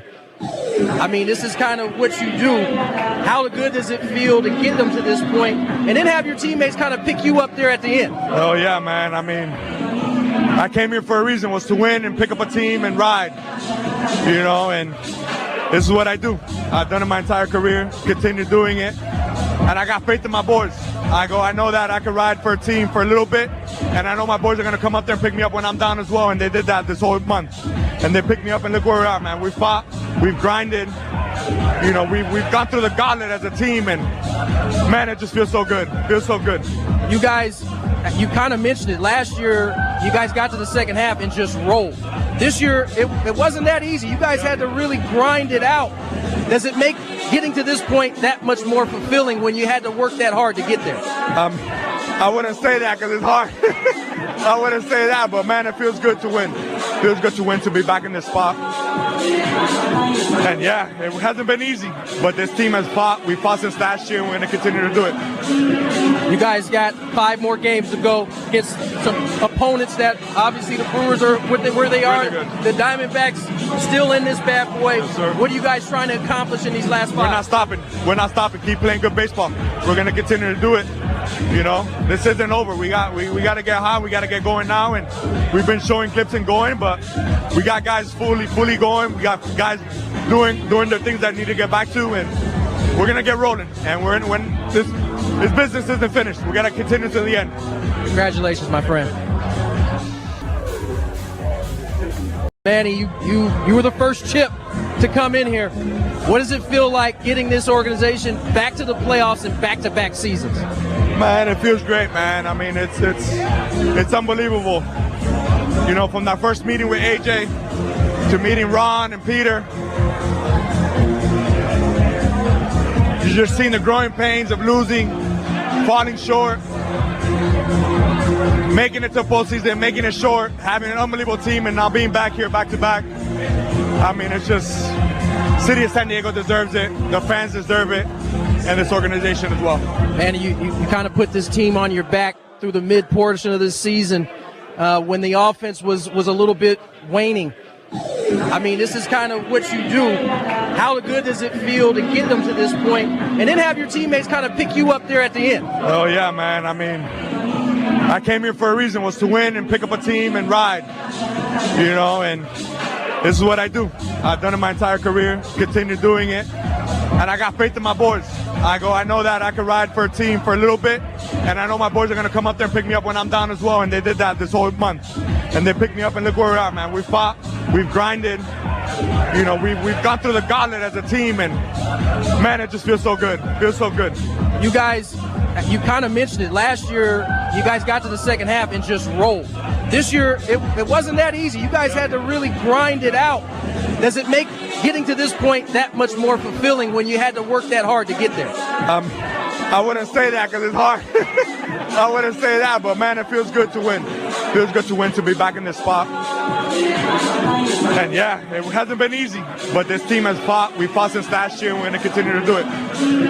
You guys got 5 more games to go against some opponents that obviously the Brewers are where they are. The Diamondbacks still in this bad boy. Yes, what are you guys trying to accomplish in these last 5? We're not stopping. We're not stopping. Keep playing good baseball. We're going to continue to do it. You know, this isn't over. We got to get hot. We got to get going now, and we've been showing clips and going, but we got guys fully going. We got guys doing the things that need to get back to, and we're gonna get rolling. And when this business isn't finished, we gotta continue to the end. Congratulations, my friend. Manny, you were the first chip to come in here. What does it feel like getting this organization back to the playoffs and back-to-back seasons? Man, it feels great, man. I mean, it's unbelievable. You know, from that first meeting with AJ to meeting Ron and Peter, you just seen the growing pains of losing, falling short, making it to postseason, making it short, having an unbelievable team, and now being back here back to back. I mean, it's just City of San Diego deserves it. The fans deserve it, and this organization as well. Man, you kind of put this team on your back through the mid portion of this season when the offense was a little bit waning. I mean, this is kind of what you do. How good does it feel to get them to this point and then have your teammates kind of pick you up there at the end? Oh, yeah, man. I mean, I came here for a reason, was to win and pick up a team and ride, you know, and this is what I do. I've done it my entire career, continue doing it, and I got faith in my boys. I know that I can ride for a team for a little bit, and I know my boys are going to come up there and pick me up when I'm down as well, and they did that this whole month. And they picked me up, and look where we are, man. We fought, we've grinded, you know, we've gone through the gauntlet as a team, and man, it just feels so good. Feels so good. You guys, you kind of mentioned it. Last year, you guys got to the second half and just rolled. This year, it wasn't that easy. You guys had to really grind it out. Does it make getting to this point that much more fulfilling when you had to work that hard to get there? I wouldn't say that because it's hard. I wouldn't say that, but man, it feels good to win. It feels good to win, to be back in this spot. And yeah, it hasn't been easy, but this team has fought. We fought since last year, and we're going to continue to do it. You guys got 5 more games to go against some opponents that obviously the Brewers are where they are. Really the Diamondbacks still in this bad boy. Yes, sir. What are you guys trying to accomplish in these last 5? We're not stopping. We're not stopping. Keep playing good baseball. We're going to continue to do it. You know, this isn't over. We got to get hot. We got to get going now, and we've been showing clips and going, but we got guys fully going. We got guys doing the things that need to get back to, and we're gonna get rolling. And when this business isn't finished, we gotta continue to the end. Congratulations, my friend. Manny, you were the first chip to come in. Got his things he's looking forward to in the baseball winter meetings, but you just said something that irked me. Not you, but what you said irked me. Or what your subject matter irked me. Gwynn and Chris, 97.3 The Fan. Somebody wrote and said, hey, Trevor. you got Trevor again. Is it? Oh, no, we've had Tyler and Trevor. Yeah, Trevor. So Trevor wrote in and said, hey, if you guys listen to Braden Suprenan's show, he has solved the problem for college football's playoff. Yes. I'm like, wait, you know, he's commissioner. What are we doing? And Trevor said his idea is that you go to 24 teams and everybody get a team in from every each conference gets at okay. least one berth. Well, here's the problem, Trevor and Braden and everybody else that keeps trying to do that. The system started with 2 teams way back when, right? BCS, 2 teams. Yep. The third team was pissed every year. Yep. So what did they do? They moved it to 4 teams. Remember? Yep. Semifinals, finals. Guess what? The 5th team every year was livid that they got left out. Okay. Now it's at 12. Guess what? The 13th and 14th teams are going to be upset. And do I even need to now tell you that if you put 24 teams in, that the 25th team will cry foul? There is no exact number you can put in that doesn't leave somebody out. But with 24 teams, you're able to get more teams in there. So maybe people won't care about that 2015 because they don't deserve it. Always care. Right now, they deserve it. Right now, the NCAA basketball tournament has 68 teams. Oh, it's going up.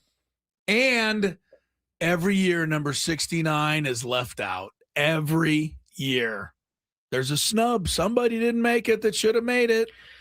There's no way around it. Stop it. Part of me is thinking, this is not a participation trophy thing. You want to make the college football playoff win games.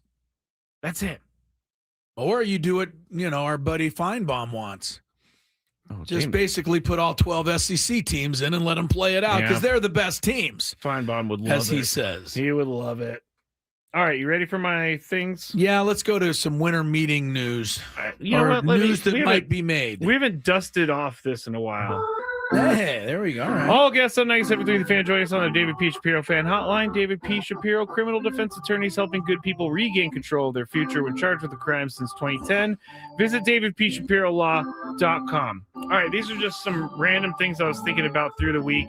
I talked about Fernando being a part of trade rumors on the Skraby show on Tuesday, but get used to these Fernando trade rumors because the winter meetings is going to provide a lot of mentions of Fernando Tatis Jr. being traded. It's just going to happen, so don't pay attention to them. It's all fodder because they're all together and they're all talking about it. So first thing is, like, just get used to the Fernando trade rumors and don't let it make you mad. And wait till they interview Ken Rosenthal and he brings it up. Oh, he's going to bring it up. They're all going to be asked about it. Everybody's going to be asked about it. Thanks to Ken. I just think, I think I would have more responsibility as a reporter of that ilk.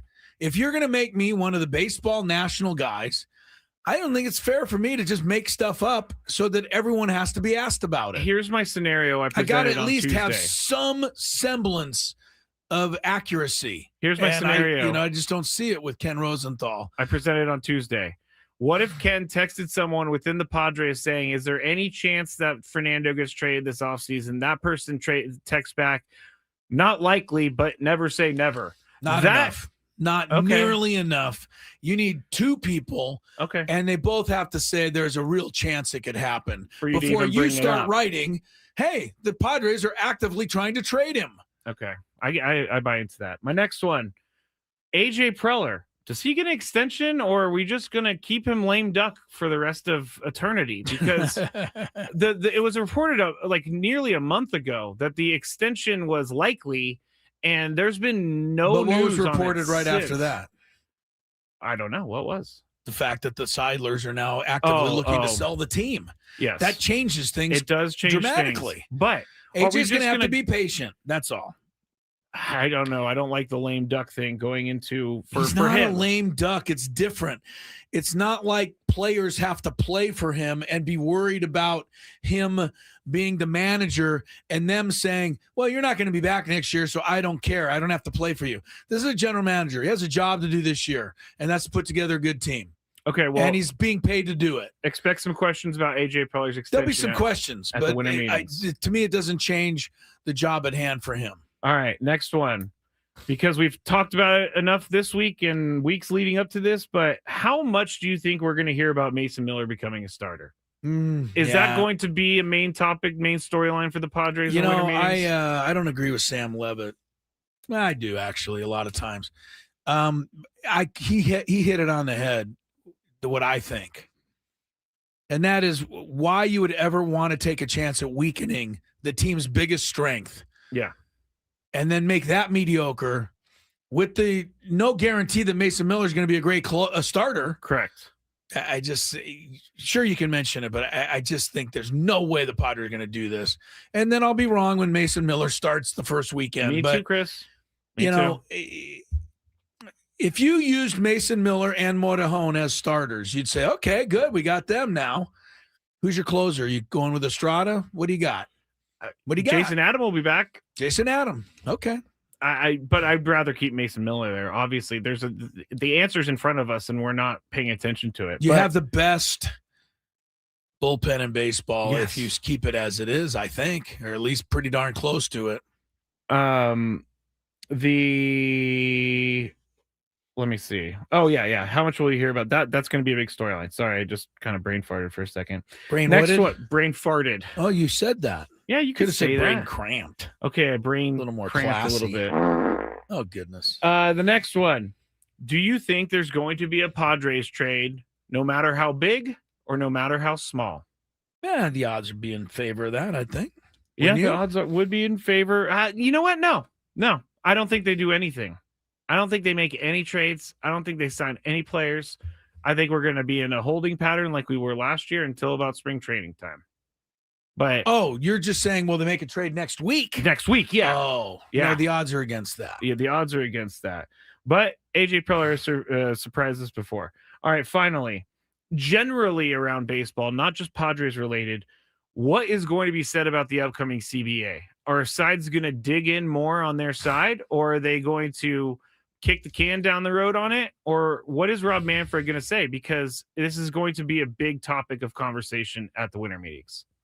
And the deadline for getting an agreement is when? December 2026. And this is December 2025. Yes. Yeah. So wait about a year. So November 30th of 2026. Yeah. They never say anything until it's practically too late. But I wonder how that's how this works. It's worked that way every time in history. I get it. But I wonder what the mudslinging is going to get like. I don't think it'll be that anything. I don't think there's any reason to say anything at this point. Outlandish. Just wait for next December. And then when they say, hey, what are we going to do? Then you say, we're not taking a salary cap. And they say, well, you better take one. And then you say, well, we don't need to play because we don't care. And then they say, well, then we don't need you to. And then it's over. And now there's a stoppage. And then you have from January of 2027 until spring training to iron it out. I would bet almost everything I have that there will be no baseball from January to March of 2027. Kind of like what we went through years ago when they had to play doubleheaders because the season was cut off. It has never, ever been solved before there's a stoppage. So I don't see why this should be any different. I don't think it's going to be solved. The problems are the exact same. I think there's going to be mudslinging. I don't. All right. What's mudslinging? Something beyond like the owners suck? Does that mean mudslinging? What is mudslinging? They're being disingenuous. They're lying. That's mudslinging. Open your books. Yes, we don't believe you. Yes. Well, that's normal behavior. Okay. I don't find that to be mudslinging. All right. That's it.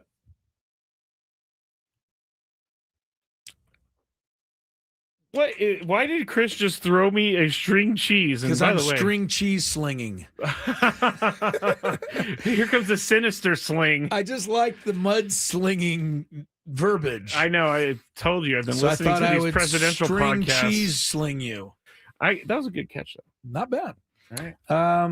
All right. We got our biggest fan to announce when we come back. So if you're in the running for that, don't miss your name potentially being called. Also, more on the Padres and what's ahead next week with AJ Cassavell, Gwynn and Chris. Ben and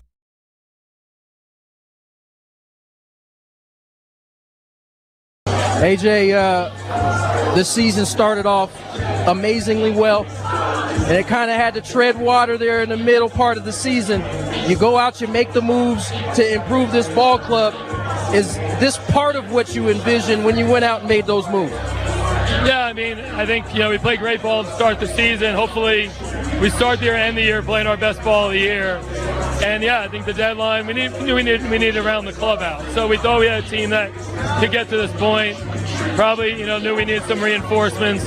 Our baseball ops team did a great job. I think seeing Freddie get the big hit tonight was fun to watch. And I think it was all part of the puzzle, honestly, just rounding out the team. I mean, throughout the course of the season, different things have popped up in terms of what you guys needed to add or what you needed to improve.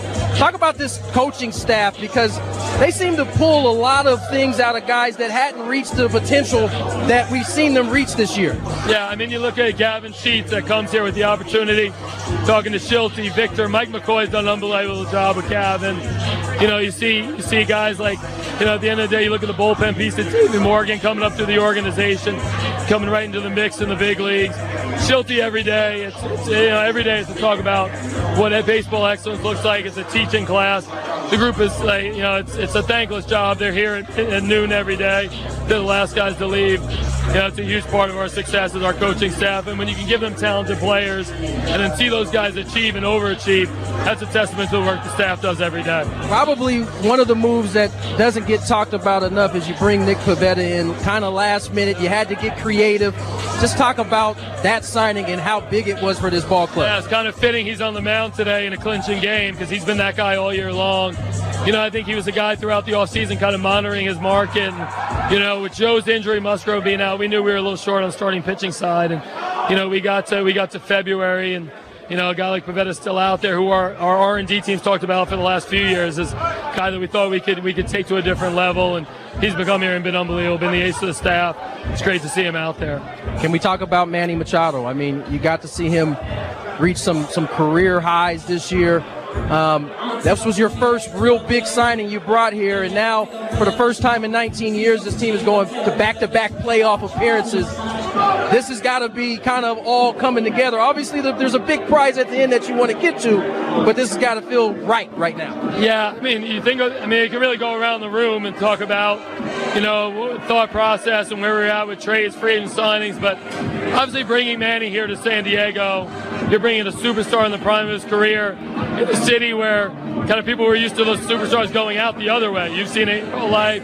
To do it where Manny came in, he was kind of that first piece, that foundational piece. We talked about in Havana Harry's and Coral Gables when we were kind of doing our recruiting pitch, myself and Yaine and Manny, this being the norm. And at that time it was a little bit more of a dream and a vision, but Manny bought in, he wanted to be a part of it. Everybody knows he's the guy here, and he's the one that kind of started this whole thing. And to see him year in, year out.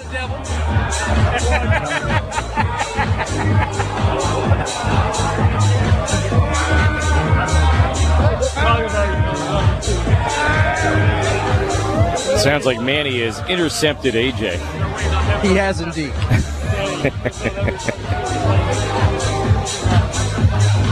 Last one. AJ, you have introduced a portion of Padre fans to some of the best years of Padre baseball. And as I said, I know there's an ultimate goal, but how do you feel? You've been kind of the one spearheading on that. I know you don't like to talk about yourself, but I think you got you on this one. I mean, I know Jesse and you talk about these being the golden years. That was the idea. And I think when Peter Ron sat down with our group in 2016, it was, hey, when we get to 2020, we want to be good year in, year out this decade. It's just fun to bring a lot of joy to the fans of San Diego. We have such a good organization, such a good group. It's great to be a part of it. Got some steps to do now. It's like getting in is the start. Now it's all about trying to win that World Series ring and go put a flag here in San Diego. Dry up. Enjoy yourself, brother. AJ, this season started off amazingly well, and it kind of had to tread water there in the middle part of the season. You go out, you make the moves to improve this ball club. Is this part of what you envisioned when you went out and made those moves? Yeah, I mean, I think, we play great ball to start the season. Hopefully we start the year and end the year playing our best ball of the year. And yeah, I think the deadline, we need to round the club out. So we thought we had a team that could get to this point. Probably, knew we needed some reinforcements. Our baseball ops team did a great job. I think seeing Freddie get the big hit tonight was fun to watch. I think it was all part of the puzzle, honestly, just rounding out the team.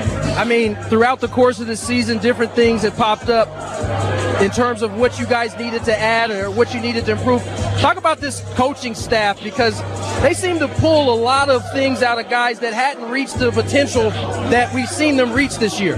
Yeah, I mean, you look at Gavin Sheets that comes here with the opportunity, talking to Schulte, Victor, Mike McCoy's done an unbelievable job with Gavin. You see guys like, at the end of the day, you look at the bullpen piece, it's David Morgan coming up through the organization, coming right into the mix in the big leagues. Schulte every day, every day is to talk about what baseball excellence looks like. Gwynn and Chris, biggest fan. Announcement shortly. Before that, quick check of the college football conference championship scoreboard. James Madison 17, Troy 14. Late second, Troy hanging in. Kennesaw State, I know you love the Owls, Skraby. I do. I love them. Leading Jacksonville State 7-0 at halftime. Little old-fashioned slobber knocker there. I love that name. I do too. Early first quarter, North Texas 7-0 over Tulane. And in the Mountain West, Boise State on the board, 7-0 over UNLV. All right. Time now for our biggest fan. Congratulations to the first name of the week I can pronounce. Mike Hernandez. Yes. Of San Diego. Give us a call within the next 10 minutes, Mike. 833-288-0973. If you know Mike Hernandez, call him and tell him to call in. He'll qualify, or Mike, you will qualify for a grand prize drawing and a chance for 20 tickets. You and your friends would come to a Padre game in the Odyssey Suite with all of the fan staff this coming season. It'll all be catered by Spiro's Mediterranean Cuisine. Remember, register your name out there at 973thefan.st.com/biggest fan. Mike Hernandez, clock is ticking now. We're going to have traffic after AJ Cassavell. All right, AJ Cassavell joined us, Tony and I, just to give us a preview, really, of the winter meetings coming up, what he thinks, and what the Padres need to do, what they need to focus on, whether Mason Miller becomes a starter, whether or not Michael King is still a possibility. Those kind of questions with AJ Cassavell. Skraby's going to take us the rest of the way after that because I'm officiating tonight, and the traffic's not great out there. It is Carmageddon. Yeah, so I'm going to get out just a tad early, but Skraby's got you covered till the top of the hour. Ooh, actually, traffic updated, so we can go to traffic before AJ for everyone. All right, we'll get you your traffic. Then Skraby will get you AJ, and then Skraby will get you out of here. So I'm going to say bye now. I'll see you all Monday with Tony and Skraby at 2 o'clock, but don't go anywhere because there's more to do. From the 855 Get Ross Traffic Center, protecting San Diego after accidents or injury, here's Kelly Danick. Unfortunately, no change in that situation. The coastline, guys, all lanes remain blocked northbound 5 at Delmar Heights. They've had to sporadically close the southbound lanes as well. Apparently, this person that is standing on the overpass keeps moving back and forth over north and southbound lanes, but for sure northbound lanes are still shut down, traffic being diverted off at Delmar Heights Road. Supposedly they're letting traffic back on Delmar Heights to the northbound 5. This is making a mess of things all around the North County. In fact, a lot of folks jumping over to northbound 15 as an alternate, so that's looking pretty solid actually, all the way from the 52 up toward the 78. Speaking of the 78, there's a crash west 78 right before Barham. Those vehicles are blocking the fast lane. Elsewhere around the county, crash in the South Bay, South 805, Orange Avenue off-ramp. I'm Kelly Danick with Gwynn and Chris, San Diego's #1 sports station, 97.3 The Fan.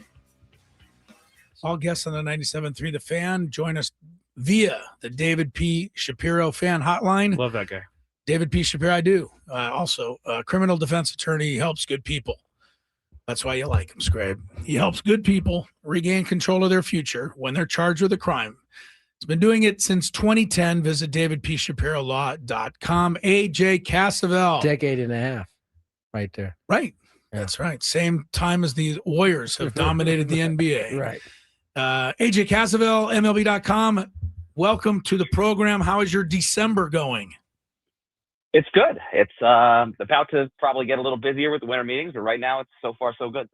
What is keeping, there's nothing keeping us busy with the Padres right now. What do you do when you're on the beat and there's really nothing to call anybody about? Do you call to say hello anyway, or? Yeah, more or less. I mean, I think next week is when usually the off season starts to heat up. So I don't know if it will. It didn't last year, but this organization has a tendency of making some big moves at the winter meetings, or at least getting things going at the winter meetings. So maybe next week's the week. Now, what do I do? I think I just sit here and wait for the Penn State coaching search to happen. Yeah, I figured you're in on that search. Well, I am leading my college football pick'em pool right now, so I don't know if that makes me qualified. Yeah, I mean, I think you're qualified, but I think the real question is: are we as AJ in long hair, don't care mode, or are we cut short? No, it's still long hair, don't care mode. Okay. It's been that way for a long time. I don't know when I'm going back, but for now, off season AJ definitely long hair, don't care. In the season, maybe trim it a little bit more. Fair enough. I thought you were referring to AJ Preller on that question because he grows his hair out sometimes. No, he's definitely short hair right now. Okay, for sure. Let's get to the down to brass tacks. Obviously, winter meetings coming up, and Padres have some holes to fill, specifically in the starting rotation. You highlighted it in your article yesterday. Where do the Padres go? I mean, do we even know kind of the parameters that they can maybe spend, or do we have any of that as we go into the winter meetings?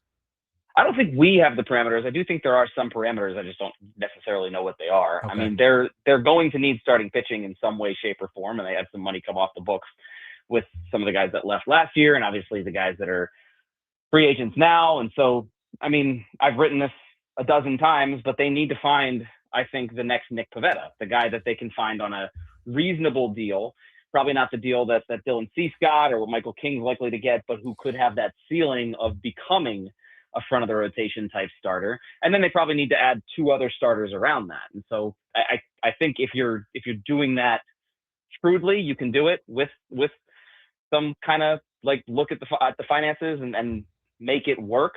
You wonder if there's trades in the works and what they even have to trade, but obviously starting pitching is the biggest area of need. I will say the fact that this organization has been able to find those kinds of guys in the past would give me a lot of sense for optimism, because they have been able to, when they've lost bigger name pitchers, go out and find the next big name pitcher who they end up signing for a reasonable deal, a Seth Lugo, Michael Wacha, Nick Pivetta, who then goes on to become kind of front of the rotation. Yeah.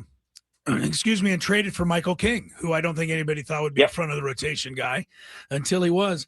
AJ Cassavell is with us from MLB.com. All right, ESPN.com, certainly not the authority, but just to give an example, I'm looking at their current depth chart, and it lists starting pitchers: Dylan Cease, Michael King, Yu Darvish, 1, 2, 3. Well, we know that right now Padres don't have any of those guys. So, yes, they definitely need to replace. What do you think about Michael King? Does the Dylan Cease signing in Toronto, in your mind, make it more or less likely that Michael King could still fall back and wind up here again? Because I think most of us would like to see him here again. I mean, I would love to see him here again. I enjoyed covering him. He's a bright guy and a good pitcher. I would just say probably pretty unlikely given what Cease got. And I don't think Michael King will necessarily get the length of the deal that Cease got, but starting pitching is a very hot commodity clearly on the free agent market. And a lot of teams are going to be very interested in Michael King. And so I think it's unlikely. I don't know if it was made any more or less likely, but if I had to guess, I would say less likely by the deal that Cease got in Toronto. The Padres will get draft pick compensation for that, obviously, but they need to go out and find starters. And I would be surprised at this point if Michael King were one of them. I do think there's a possibility that Michael King will sign a different type of deal than the one that Cease got, which Cease was just 210, 7 years. I think maybe there's a different pathway for Michael King, who hasn't been a starter for as long, for a type of deal where maybe there's an opt out or something like that after a season or two. But beyond that, I just don't know. I don't know if the Padres will be in on Michael King the way some other teams will be. I think they address their pitching questions by finding essentially the next Michael King. AJ Cassavell joins us here, covers the Padres with MLB.com. And AJ, you mentioned having to try to find the next Nick Pivetta. Do you see a guy in this list of, I would say, deep but not top tier pitching free agents this year? If I did, I think they might have a role in the front office. Because Nick, I thought Nick Pivetta was a pretty good pitcher, but I didn't see coming what last season was. I don't know. I thought Cody Ponce was an interesting kind of candidate. And then he signed with Toronto. I looked down the list of pitchers. I don't necessarily see that guy, but the Padres have found him, and it might not be on the free agent market. Maybe they find some way to come together with a trade. Yeah. And it might be a guy that we're not even thinking of at this point. So my short answer is no. I wish I had a better answer. But I suspect the Padres internally have a couple of guys they're targeting. Maybe, who knows? Maybe it's Mason Miller. I know we haven't gotten exactly a ton of resolution on where that is. Yeah, our esteemed producer, Matt Skraby, said, why don't you ask him about Mason Miller? And then you said it. So you guys are on the same boat. Mason Miller, okay, great closer. We know this, but he's wanted to start. How much does he want to start? Adrian Morejon, I will throw him in that. I know he started at one point, became so successful last year out of the bullpen. I imagine those are things they're going to at least take a look at. Yeah, they'll definitely take a look at them. And here's what I think can't happen. What can't happen is you move those guys to the rotation just because you're desperate for starters. Like if that's the reason you're doing this, because you don't have starting pitchers and your bullpen is just kind of a glut of guys, there's too many, like that's a bad reason to do it, because you know how good Morejon and Miller are. That being said, like if those guys want to do it, and if you can extract value from those guys, and if they're in on that plan, and you really think that they can be, I think it's pretty clear both of them in theory could be more valuable as starting pitchers. The question is the risk associated with it if they aren't good, or the extra injury risk.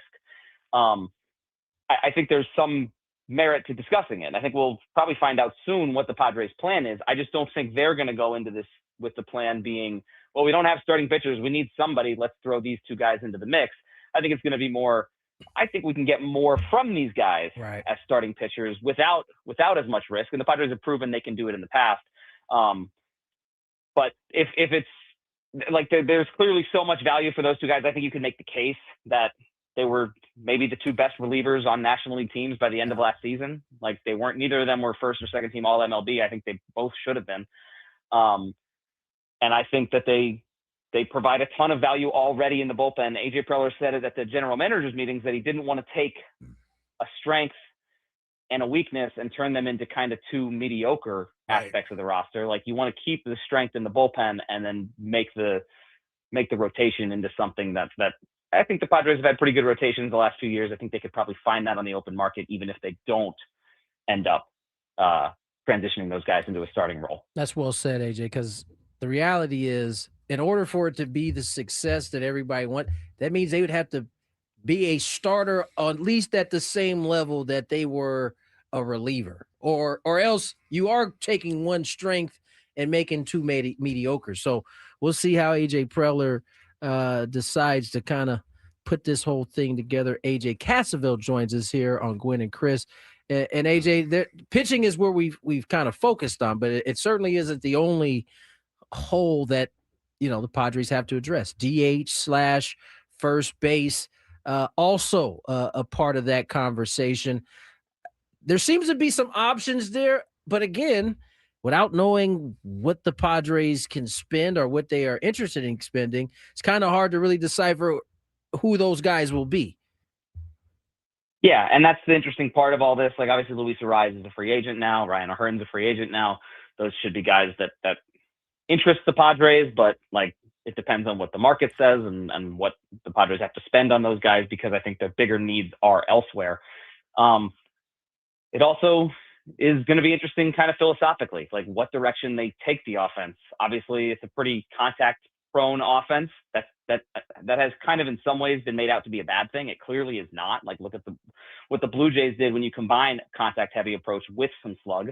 Like, that's what this offense, I think, kind of should aspire to be. That being said, I don't know what that means in terms of whether they would be interested in reuniting with Luis Arraez or whether they would go toward a more of a power bat type. I think this could be one that drags out a little bit because there are some options, and it shouldn't be that hard of a hole to fill, just because, like, that's the type of position that there are plenty of guys. So I think we'll see going forward. It'll be interesting to see who they get to fill that spot, and I think it'll tell us a lot about the philosophical direction of what they think about the offense. AJ Cassavell is with us. Excuse me, AJ. Fernando Tatis Jr. Everything we've been told by the organization and every question that's been asked, I think, has been answered with Fernando is not going anywhere. And then I can't seem to avoid people rumoring that he's being shopped. And it's something that the Padres will and really want to take a look at. Ken Rosenthal seems to kind of be at the forefront of this. We know how we all feel about him sometimes. But do you really – I mean, if – let's just say it got to that point where they felt they could improve this whole roster by trading him. Let's just say they did it. What would the reaction be? Like, would they be able to even get away with it if they thought that was the thing to do? Well, my first question before we even get there is, how would you improve the whole roster by trading Fernando Tatis Jr.? Yeah, right. Probably your best player. So, like, if we're getting there to a trade where you're making the roster that much better, like, he is a really good player who plays excellent defense, does a lot of things offensively, I think has more potential to be tapped into than what he got. So I do think you might be selling a little bit low on him.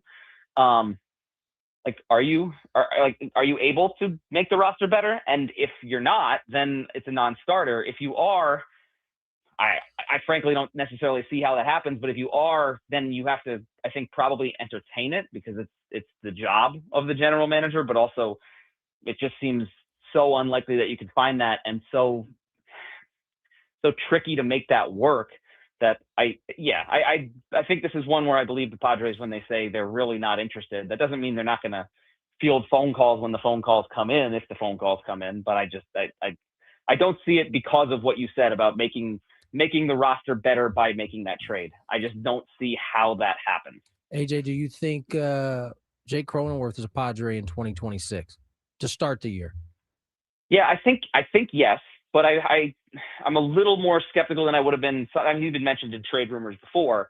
And And I think it was pretty clear that he was staying a lot of those times. And now I'm maybe a little more skeptical. So I would answer yes, but I kind of understand the merits of a trade. If you're trying to free up some resources to allocate elsewhere, he's a guy that has some value and has a several years left on his contract, but you could still get something for him. That being said, it's not easy to find guys that are as versatile as Jake Cronenworth, and a guy who I think would be your starting second baseman next year. That's not a position with a ton of guys who have the talent that Cronenworth does defensively and what he does offensively, and frankly, what he brings to the clubhouse. So I think it's unlikely that they would do that. But I think if, like we just talked about Tatis, like if they were to explore that type of trade where they're dealing from the offense to maybe free up some financial flexibility to spend elsewhere, perhaps on pitching, like that would make a little bit more sense to me than Tatis. I just still think it's kind of unlikely given the role that he fills and how hard it would be to replace him. AJ Casavell is irreplaceable on this show. Leave you with this, AJ. Craig Stammen, your first impressions. I know everybody's a big fan of Craig Stammen, the player, and maybe even the front office guy. What are your first impressions of Craig Stammen, the manager? Yeah, first impressions are just that, like, I'm not surprised that he's the manager, that he is a manager. Just maybe like happened faster than I expected. But having covered Craig and having worked like with Craig and talked with Craig when he was in the front office and seen what he did the last couple of years, if you told me Craig Stammen would be a manager in the next 10 years, I would have said, absolutely, that makes a ton of sense. If you had told me he was going to be the Padres manager in 2026, I would have been like, oh, okay, that's interesting. That's a little surprising. And so here we are.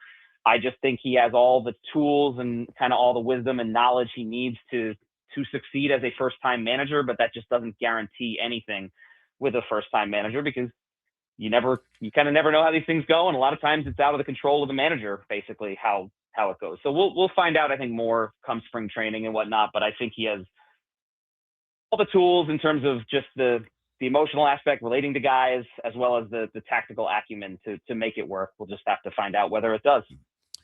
All right. Thank you very much, Mr. AJ. Thank you, AJ. Have a great holiday season. We'll catch up with you soon, sir. Yeah, thanks, guys. Talk to you soon. Chris's voice is 100 times better than it was earlier in the week. But that's it for the show today. I will just say again, I am celebrating 9 years without a drink. And if anyone out there is feeling like they can't stop drinking or they can't get things together, I'm living proof that you can, because things were not good for me. And I was losing my family. I was losing my friends. I was losing my mental health. I was losing my physical health. But 9 years ago today, I decided to put it in the right direction. And I never thought I was going to get here, but I did. So if I can, I promise you that you can too. It's not as hard as you think. Once you figure out that this is better than the old life, you'll buy in. All right. Have a great weekend, everybody. We will talk to you on Monday.